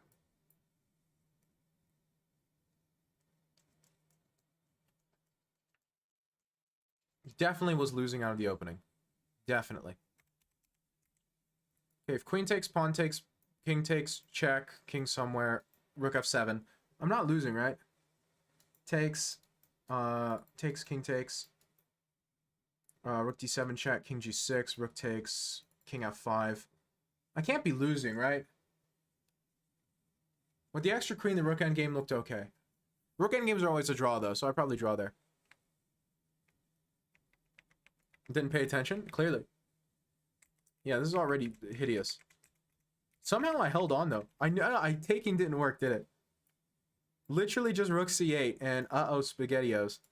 That's pretty funny. Tried so hard to win my pawns. So this is... I just played very positionally dubious chess the entire time. But somehow held on through everything and got to, like, this position where I'm not worse. In the Dutch, there's no draw? True. And that's my type of opening. I don't want to draw. G5, H3, Rook G8. Rook G8, F4 was optimistic, but evidently it worked. This is why I love chess. It's because this sort of goofy stuff that you just kind of pull out your ear can just actually not kill you. E4, queen takes. Queen takes is supposedly a terrible blunder. What should I have played? Like queen B5? Queen D6. Wow, just queen D6.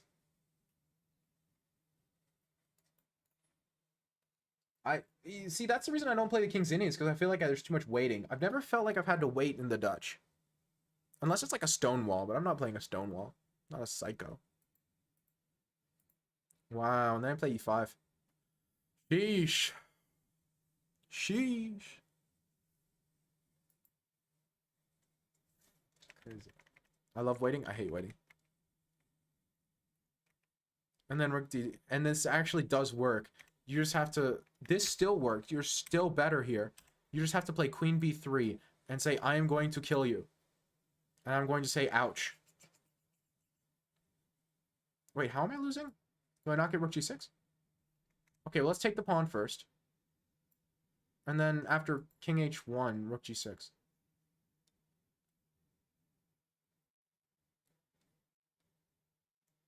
Queen D3. Aha. You hit me with the chiri-boo chiri-ba. Okay, give me a second. What if I take with pawn? Take with pawn, King H2 or something. And then I play Rook G6. Queen D3. What's your threat? Oh, the threat is Queen D6, Queen E7.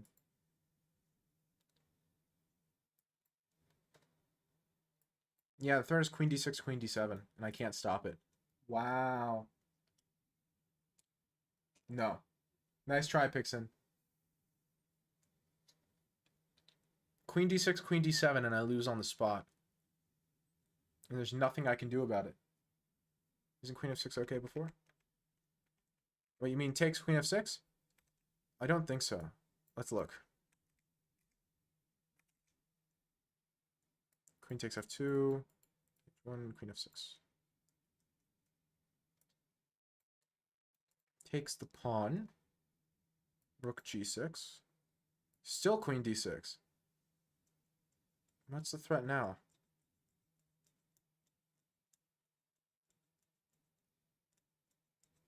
Let's say I play something dumb like H5. What's the threat? E5. E5 and Rook D8. Yeah, you can't do that, DC. Even if I'm having a bad day. E5 and Rook D8, and it's unstoppable. That's the threat. E5, Rook D8. Nothing I can do. So I just don't have enough counterplay. Sheesh. But it was just not... There's no reason to open this file. Just Queen D6, you have nothing. You have nothing. You have to play Bishop H2, and this bishop's the worst piece of all time. I play E5. I'm stable. Not better, but I'm stable. Just made a few. Who cares? Yeah, but I'm completely stabilized here. So I managed to hold it down positionally, but then tactically I imploded. Typical. Typical. It's Cormac's turn yet again.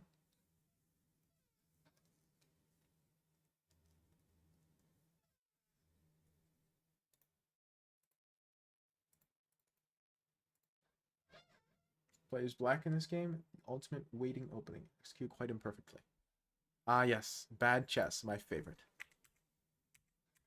Bro played Owen's defense. Gotta do lots of tactics in Dutch-like positions. Yeah, but I just haven't played the Dutch enough. I'm getting into it. I'll get into it, Tin. Don't worry. I just haven't. I just started like 2 days ago. You're not having a grand old time? Oh, yeah, no. Okay. Okay. Bishop B7. US champs. Go to bed. Old guy is tired. Thanks for the game. Thank you too, DC. I appreciate it. G6. Bishop G7. What is this, Cormac? And what is he doing? Why is nobody taking the center? People are allergic to principal chess. And you play D6. Goodness gracious. Isn't this like a hippo? Bro is allergic to good chess. Nobody's taking the center. And then when white finally tries, he does it the wrong way. Ooh. Takes, and then takes in the center. You have to take on G2, which allows F takes. And then after F takes... Oh, hold on a second. Hold on a second. Can I get something in? Like this? I'm just threatening knight F3 check, winning the queen.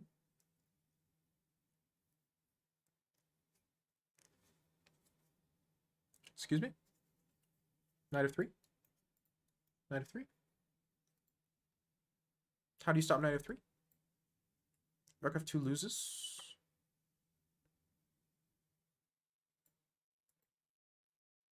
Same problem? That's too simple? Ah, yeah, of course. No, we don't want to beat people. We want to make them suffer or something. Knight C5. Why'd you play knight C5? What? Why? Why? This is such a bad square. It's not doing anything. It can be taken by the bishop, which is doing nothing. Play knight E5. Like, even if you don't see knight F3, knight E5 is just a better square. Why? No. Why? Why? No. Why? What's knight C5? Like, I get playing knight F4, knight F5. Like, this I understand. Okay, fair enough. Knight C5, knight E4, knight takes E4. Oh, just gave up the best piece on the board. Knight E7, C3, knight C6, knight F4, knight E5. Okay, we got a knight on E5. Everything's okay.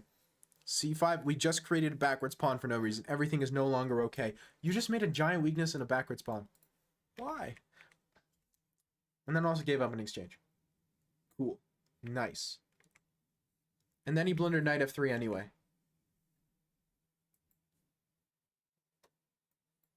Then he blundered knight F3, winning the queen anyway. Nice. He's getting mated, don't worry about it. Typical Cormac reason.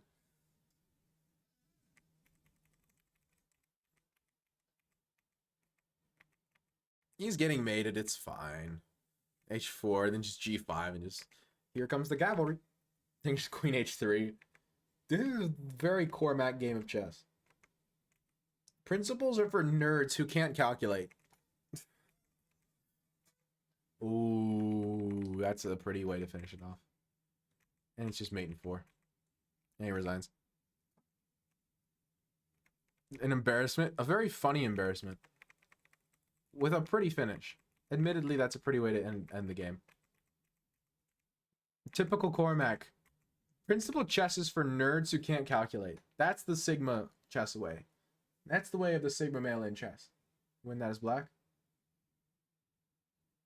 I don't know what I'd win as black anymore. Today, probably nothing. I'm telling you, this is a bad day for the blobfish. The blobfish being me. Exactly.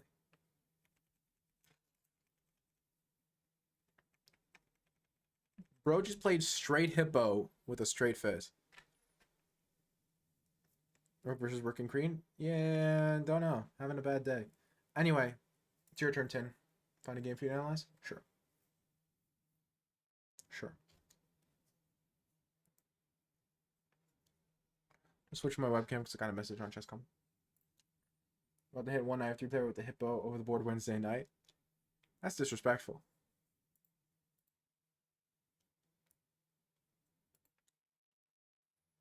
Because no early F4, so it's all good. Yes, knight f3, a completely sound and rational opening. I proceed to play the hippo, which is neither sound nor rational.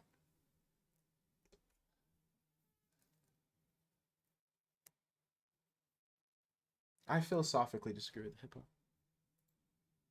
Second, no problem.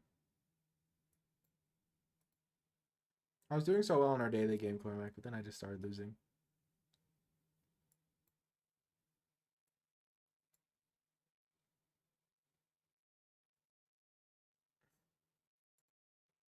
It's like a time on off. Huge dark square weaknesses. 1b6, baby. No. You know what? No. Just no.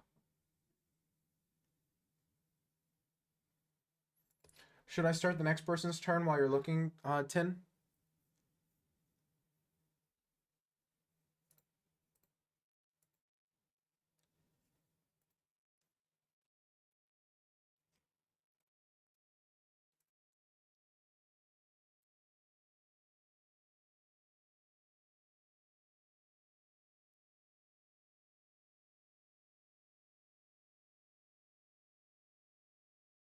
Should I start the next person's turn while you're looking, Tin? Because not sure I believe you.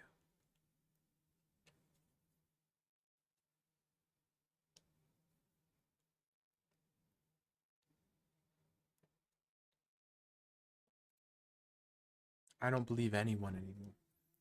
Let me look at something. Let's look at that Dutch line. Pick my opening? Oh, no. 1b3? Of course. Of course. No, of course.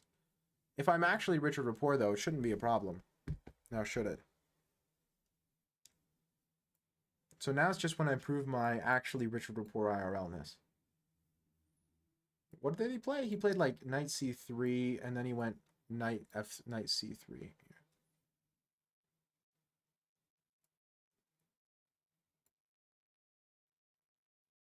Sorry, internet. No problem. Next one start. Absolutely.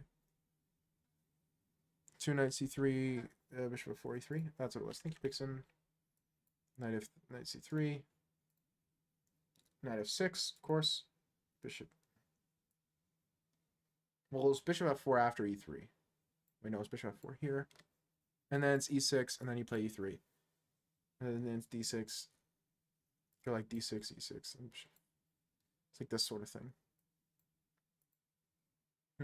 I'll have to look into this. I've never seen this line before. I am unfamiliar. Is Ginger still here? It's showing they're here, but inactive. Sus. Sus amogus. When the imposter is sus. True, didn't you play that the other day? Yeah, but it's also the opening is kind of known for in general. It's like, it is the rapport opening. Report opening, you know? Move 1b3.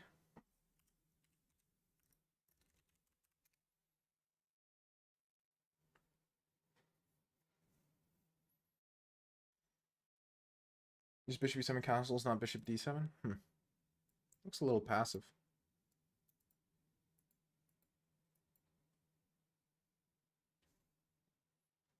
e6, invite your opponent to the French? Never.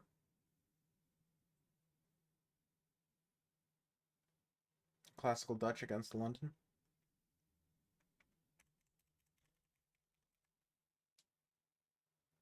That's when we get at 3 a.m. Chaotic. Oh no. 3 a.m. chess, that can only mean good things. Yeah, against the London, we got move order into it. I'll look into it. Again, I just don't know my theory yet. Because I haven't bought a theory book and I haven't looked into it too deeply. I have a book in mind though. It's a book that Levy recommended in one of his older videos on the Dutch. I think it's called The Diamond Dutch. I checked some reviews and it looks like it's pretty well respected. So I'll probably pick that up.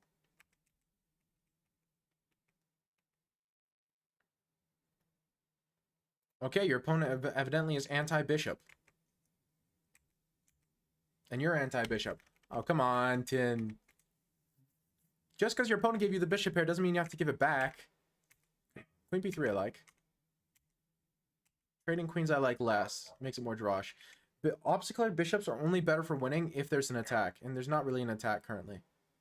Bishop d6 allows c4. 2 bishop g5, knight c3, and e4. Of course, primary sidelines. Yes, those I've heard of. In the London? Yeah. Yeah, because 1f5 I won't be able to play into my London. I won't be able to play in my anti-London anymore. Have to find a new one. Ugh. That's going to be stinky. We're just significantly more active here. Bishop c3, good stuff. Bishop b4, you just barely can't take, but okay. Your opponent does not want to repeat, but in so doing, they've kind of walked into a weird position where they're probably worse.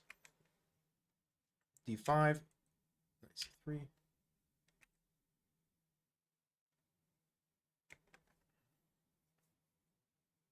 What are we thinking here? It's takes first. And then, because the point is if takes, rook check, you win a bishop. So he can't take back with rook, he has to take with pawn, and then you go knight c3. The difference being you're concretely winning a pawn in this line. e6, b6, bishop 7, bishop d6 is very interesting. Try against you in our Dutch games. I've seen the b6 lines, but I always feel like white gets a lot of play. Oh, that after knight f6, should I mention? Of course, yeah, you always play knight f6 first.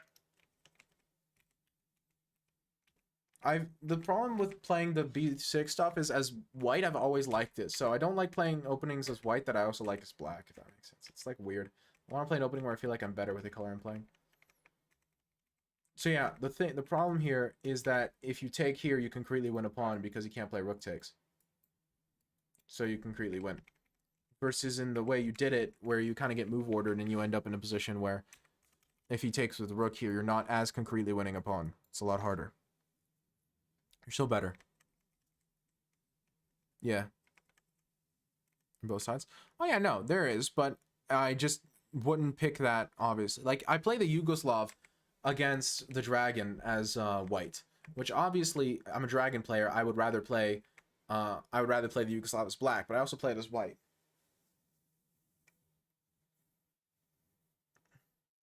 Bishop d2 allows knight c6. You have to play rook d2. That way, after knight c6, you can play rook takes d7. And you're guarding your rook through your opponent's rook, which is really goofy. Bishop d2 allows knight c6, and after bishop takes, king takes, rook takes h2. Knight takes d8. The problem is he lets you trade off, and now you have 5 pawns for the knight. What on earth? But you have 20 seconds. Ooh, with 20 seconds, the knight's going to do a good job rounding up all those pawns. Ooh, but it's with increment. Never mind, you're good. And he resigns. Wow. I would not have resigned here. I mean, I guess it's pretty easy to win, since you just kind of do this. But it's not that obvious. I guess it kind of is obvious because you go h3 and then takes and then h2 and then knight g3 and g4 and opponents not quite zugzwangs, but these are hard positions though. And you have to walk the king in this way, right?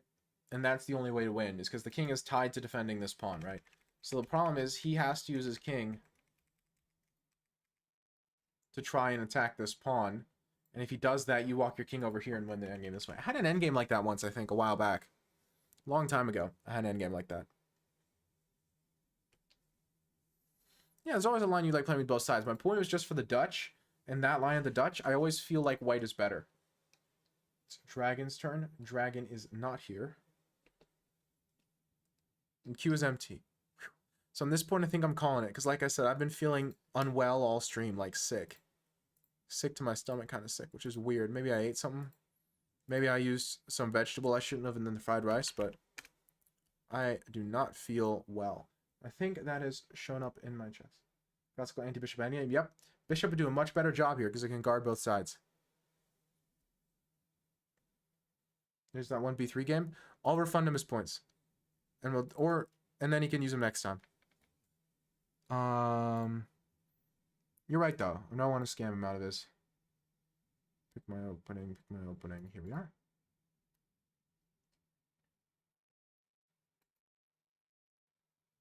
Okay, I gave him his points back.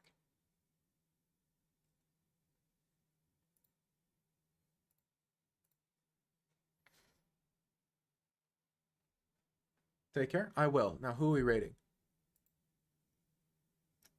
I think we raid...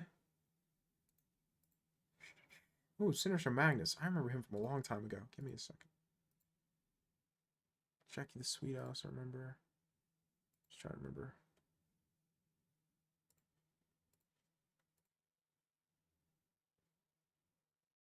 Yeah, I think we'll raid Sinister Magnus. Because he's a person who can actually play chess.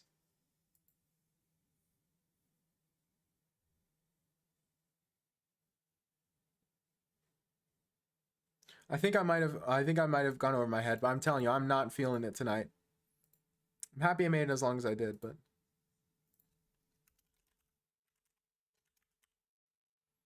you know, Sinister Magnus from a long time ago. He's a good chess player. Seems to be losing Elo as well, so you can wallow in our misery with him. He understands the misery.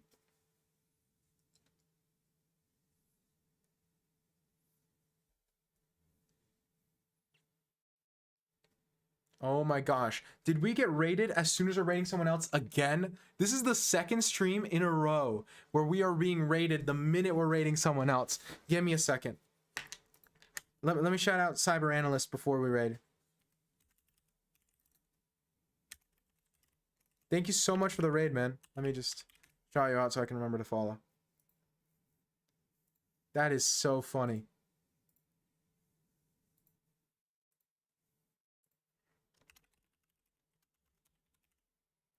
I've raided you? Yeah. I just shouted you out.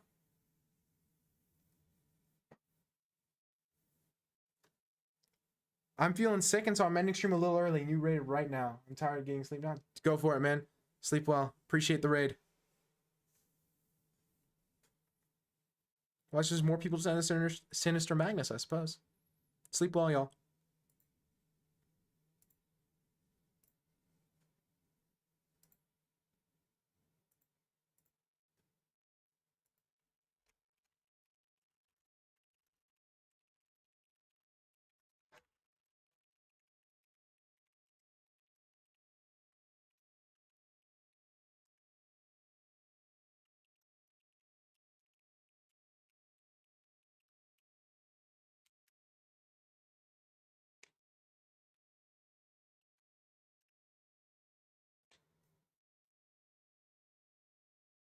More than my loss.